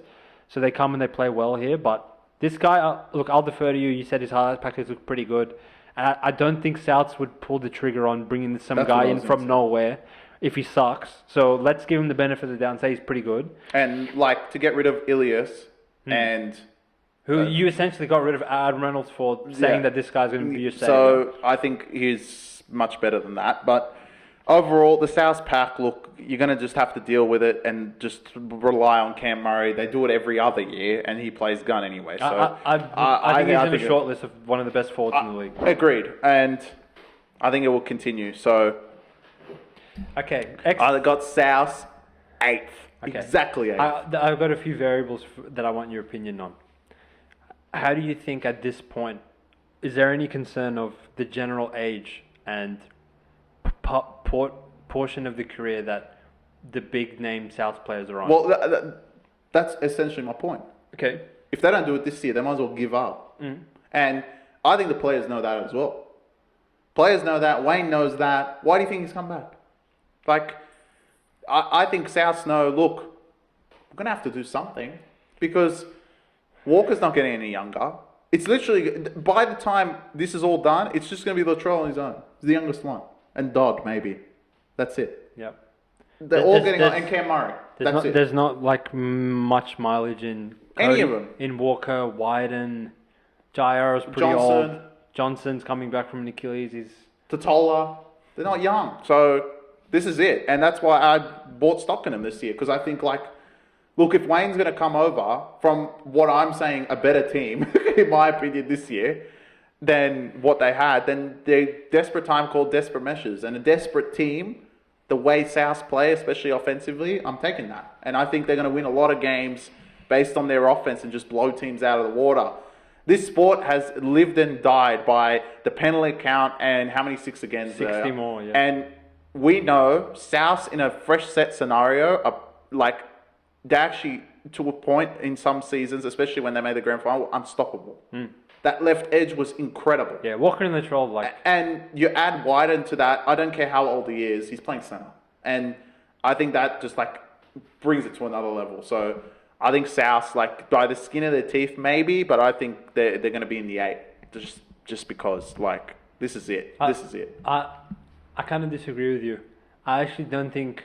They're going to give up. I don't think it will be a skin in the teeth sort of thing. I think with South, it either really, really works... or they're just beyond help. Yeah, well, that could be. I think like they either come 5th or they either come 13th. Can't see them like sneaking in for whatever reason. I think that can sneak. Because, okay, a successful South season is going to be Wayne's come. He's got his input discipline back in the team. He's got Latrell fit and firing. He's got Cody Walker for maybe 2 years at max. Wyden 2 years at max. He sat them all down before the year. He's told them, look, boys, our window is this big. And he's lying to them by even telling them they have a window, but they don't know that. We got Cam Murray in his prime still. We got Jairo, who's played Origin. We got Totola, who thinks he wants to play Origin. We got to go all in, boys. I want it from you motherfuckers every week. I'm going to hold you to a standard that Demetrio and Hornby could never hold you. And South might start off with a couple big wins, and they'll be like, fuck. Okay, they're a very momentum-based team. And you saw, like, by round 5 or 6, when they were 1-5, they're like, all right. Like, who could have really predicted Demetrio being fired by round 5, no. right? No one. So, when it goes bad for Souths, I think it has the potential to go... But Wayne, I think it's different. They have the potential for it to go horribly, and I actually think, like, with the aging of the roster, and already Graham's injured, Johnston's injured, Latrell's injury prone, Cody Walker's up there in age, there's potential for these cunts to, like, really, really, like, have a horrible year again, and not even Wayne can save them, but... If they're all in the park and they're all healthy and they can hang in there, I can see them coming like 5th or something. Based on your math, I think you have I have him missing there. I think, like, I said it last year. Wait, but They have Wyden in name. They have Walker in name. But these based on your math, you have another team in the 8, and we haven't spoke about them yet. I'll tell you my 8 at the end. Maybe I'm like losing track of who I have and who I don't. But Well, I thought Tigers were in there, but no, Tigers. That's the only team left, isn't it? Yeah. These fucks. All right. We're gonna like put the show on the road because I can see it's dying. But Truly, Tigers were my childhood team, and they haven't made. I think they can make it. Don't worry They about it. haven't made the semis since I was in primary school, which, to put things in perspective for you, but the ends, Jack Bird, LOL, Royce Hunt, Jerome Luai, the big one, Terrell May, Gerald Skelton, Sunyo Taruva. A+ off-season. Yeah. Yeah. A+ in terms of signings. For the first time in a very, Tigers very long did something time, right. Tigers did everything right. Okay. You know, even in the years where we got Coruscant, you signed this dick. We got this guy, we signed that dick. This is like, all right, besides Jack Bird, which is why I said LOL, everybody else here is at minimum a B-, if not an A+ signing. Correct. Royce Hunt, A+, Luai, A+, Taruva, A. He's good. Terrell May, for probably what they're paying him, A. Fantastic. Losses. John Bateman, see you later. Laters. Kapoa, see you later. Laters. Isaiah Papali'i. Wish we could have him. He would have. That's a shame. Aiden Caesar, thank you for the 12 months of service. Simpkin, Sullivan, Tupou, Stefano's the big one. You know, you can't have it all. Fair enough. Royce Hunt's there. I think they're two signings. For the level of commitment that Stefano was showing throughout last year, I think Royce Hunt can give you his production, if not more. Yeah, and you get Terrell May as well, basically for free. There you go.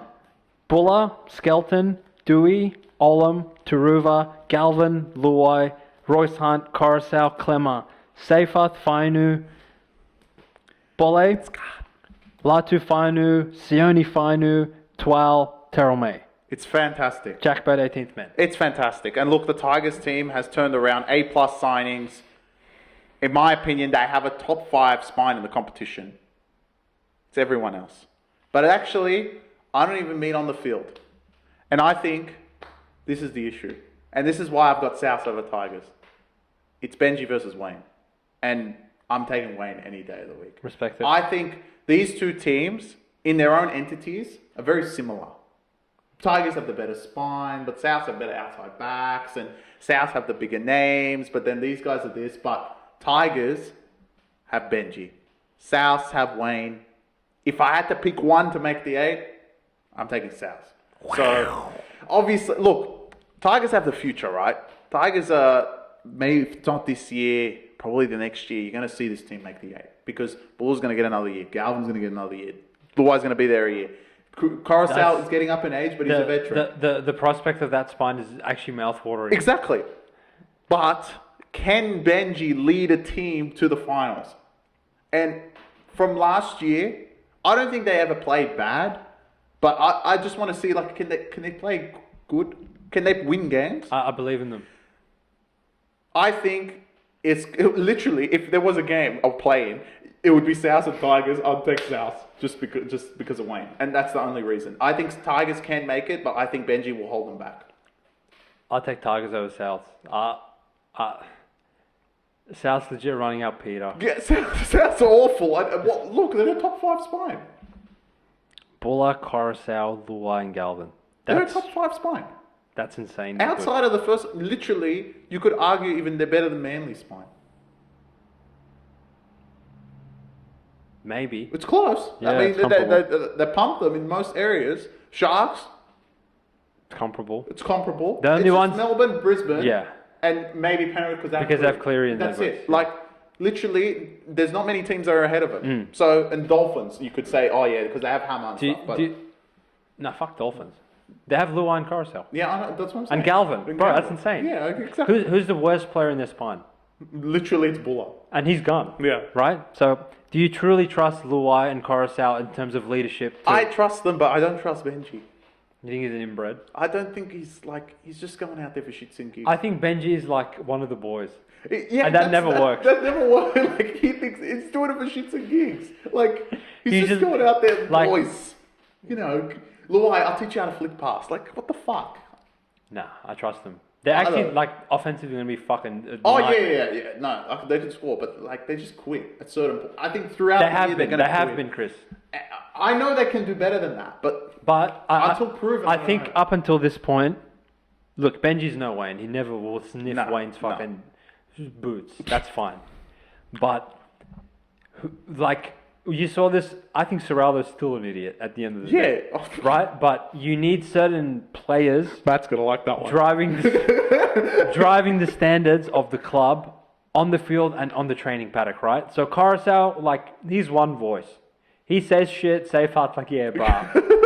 Fucking, who else have they had? Some other dicks in the outside back will be like, yeah, bruh, we'll do that. And then the game starts, it gets a little bit too hard, they just mail it in, right? I truly think between having Luai and Coruscant, Penrith DNA in the club, Luai is the type of character that'll be like, that will blow up at his teammate and be like, what the fuck are you doing? You're not like trying hard enough. You're supposed to be here. You're fucking sitting here masturbating in the rock. Clem, I'm talking to you. That's not good enough. If we want to actually fucking get somewhere, we can't do this garbage. alright. You can't find a fourth wooden spoon? Is Look, that what you want? The only Coruscant, I agree, because he's been there from day one. But When they- he's not a vocal leader, you know? He Yeah. leads with like, all right, I'll make 90 tackles and I'll get 4 try assists and That's fine, and I also believe he's there for the club itself. he's there for the pay packet, brother. He doesn't give No, a no, fuck no, about no, the no, no. club. I think he cares. He truly doesn't that's care. what my point was. I guarantee you Coruscant doesn't care. I think he cares. No. I think Luai doesn't care. I disagree wholeheartedly. Look, Luai. Luai truly has something This to is prove. going to be this. No, well, that's half my point. Luai has something to prove at a new club that it wasn't just Cleary, right? But Galvin is always going to be the star. Unfortunately, right now, Luai probably thinks, you know what? I'm the best player here, which he might be right now. But everyone knows it's going to be Galvin. Yeah, great. But I don't think Luai is going to be too happy with that. Obviously, this is like way future thinking. But Luai's come there, I'm going to make Tigers mine. But Tigers are never going to be his. And I don't think he has realistically hit that yet. At the moment, he sees Galvin as a rookie. But Galvin, after this year, it's going to be like, it's his team. And I think that's not going to hit Luai too well. It looks great right now, and it'll probably work the first year. So I agree they might make the 8. But I think after a while, it's going to be like, well, Okay. this is actually Galvin's team. Okay, this is where I have you. What's the narrative going to be if the Tigers have success this year? Obviously, Luai. Holy fuck. Yeah, this year. But I'm saying Yeah. next year, it's not going to be Okay, like that. okay. 2 years from now. It's going to be Galvin. Galvin's playing gun. Luai's playing pretty good. Galvin's even slightly outplaying him. Yeah. Right? When it comes to picking an origin team, who's more likely to get picked? Galvin. No, it's not. It will be. It won't be. I think it will be. Cleary and Moses are automatically getting the 7 for the next 5 years. Yeah, but Right? So you need a 6, right? If they're going to pick a Tigers half, you think they're going to pick Galvin over Luai? I think at They some, never will. I think at some point they will. Not in the next... Galvin won't see an origin jersey for at least 4 or 5 years. And it's... I think if There's he has so the much. year he has, There's so much politics and narrative in it that regardless of how much better Galvin actually plays than Luai, there's going to be one narrative of Luai's a 4-time Premiership winner. There's going to be another narrative won of the Origin Series. Luai's already won multiple Origin Series. There's going to be Tigers were the wooden spoon and now they're a perennial top 8. Fucking, they're not going to be like, oh yeah, they signed Royce Hunt and fucking this guy. yeah, okay. Narrative. Me and you and We'll understand it's him. me and you and your Tigers fan that rocks up to every Leichhardt game will know, like, holy fuck, Galvin is the greatest thing that's happened to us since Benji probably. But as far as the general like rugby league fan base, they'll be like, oh, Luai saved them. Yeah, well, look, at the end of the day, they can't make it. They have probably the best future ahead of them Yeah. out of any team. Yes. And This is like 2.0 of when you had Teddy, Moses, Brooks, Yeah. and fucking... yeah, I think they have the best future ahead of them. Obviously, Stefano would have been fantastic if he could just see like Yeah, it's 3 coming, years in the Johnny, it's future. coming, yeah. But anyway, he wants to win now. Fair enough. But I think they have the best future. I wish Dragons had something like this, but Oh, yeah. Tigers are like at that point. I just don't think it's this year. I think it will be South. I'll trust the experience over the new kids on Fair the enough, block. fair But not to shy away, Tigers are going to be great. Hopefully they don't finish in the infamous spot of 9th, but we'll see. I think they're going to be... I think With- Tigers, Para and South are Look, all going to be much Look, better this with year. these fuckwits, the start of the season is so pivotal for these Yeah. idiots. Don't And fuck it up the regardless of like the last 3 years, the NRL truly have tried with these fucks. All right, Here's Titans at Leichhardt. Yeah. All right, here's Raiders. All right, here's Warriors. And Here's Knights. Here's Knights. This year it's Knights. No, they had Knights, remember? And Kayla went off HIA, they lost. And they always just, what do they have to show for 0 for 3, 0 for 4, some garbage? Wake up. And look, you're not losing to Melbourne and Penrith where we can be like, all right, like, fair enough. So I think the start in terms of actual belief in what the fuck they've done in the off-season of, oh shit, like, in my locker room, I look across, there's Coruscant, there's Luai, there's Galvin, there's fucking this guy, there's that guy. We actually have talent. We actually are like, have a chance now. So I think they have a lot of potential. Are they going to win the fucking Premiership? No. Nah. Would the Tigers fans cut their kidney out of their fucking stomach just to make the 8 after, Oh, yeah. 15 years of not making the 8? Yes, they would. Just On make paper? your job is just to make the 8 this year, On boys. paper, if you take away the coaching and everything in the background, Tigers will make the 8. Yeah, agreed. I think the team is and much better. you know what? If they come like 12th or something, I'll be like, Benji, I'm sorry, mate. Yeah, Like, yeah. this I is- think you're not Tigers need to fucking make a cutting call it. because your coach now is like what's going to be there for the next 5 years with Galvin, and you need Galvin and Buller to have the best seasons possible. So, In terms of coaching the whole team, maybe Benji's not the greatest, but at least in theory, he should be the best mentor for Galvin and Buller and all you these should sort be. of guys. And Luai should be. I think they really will run a Showtime offense as well. They will. I think I don't know it's how gonna be much that will must-watch help TV. them, but like Tigers will be extremely entertaining. Unlike fucking some of these fucks like Warriors in the league That's true. that can't score. That's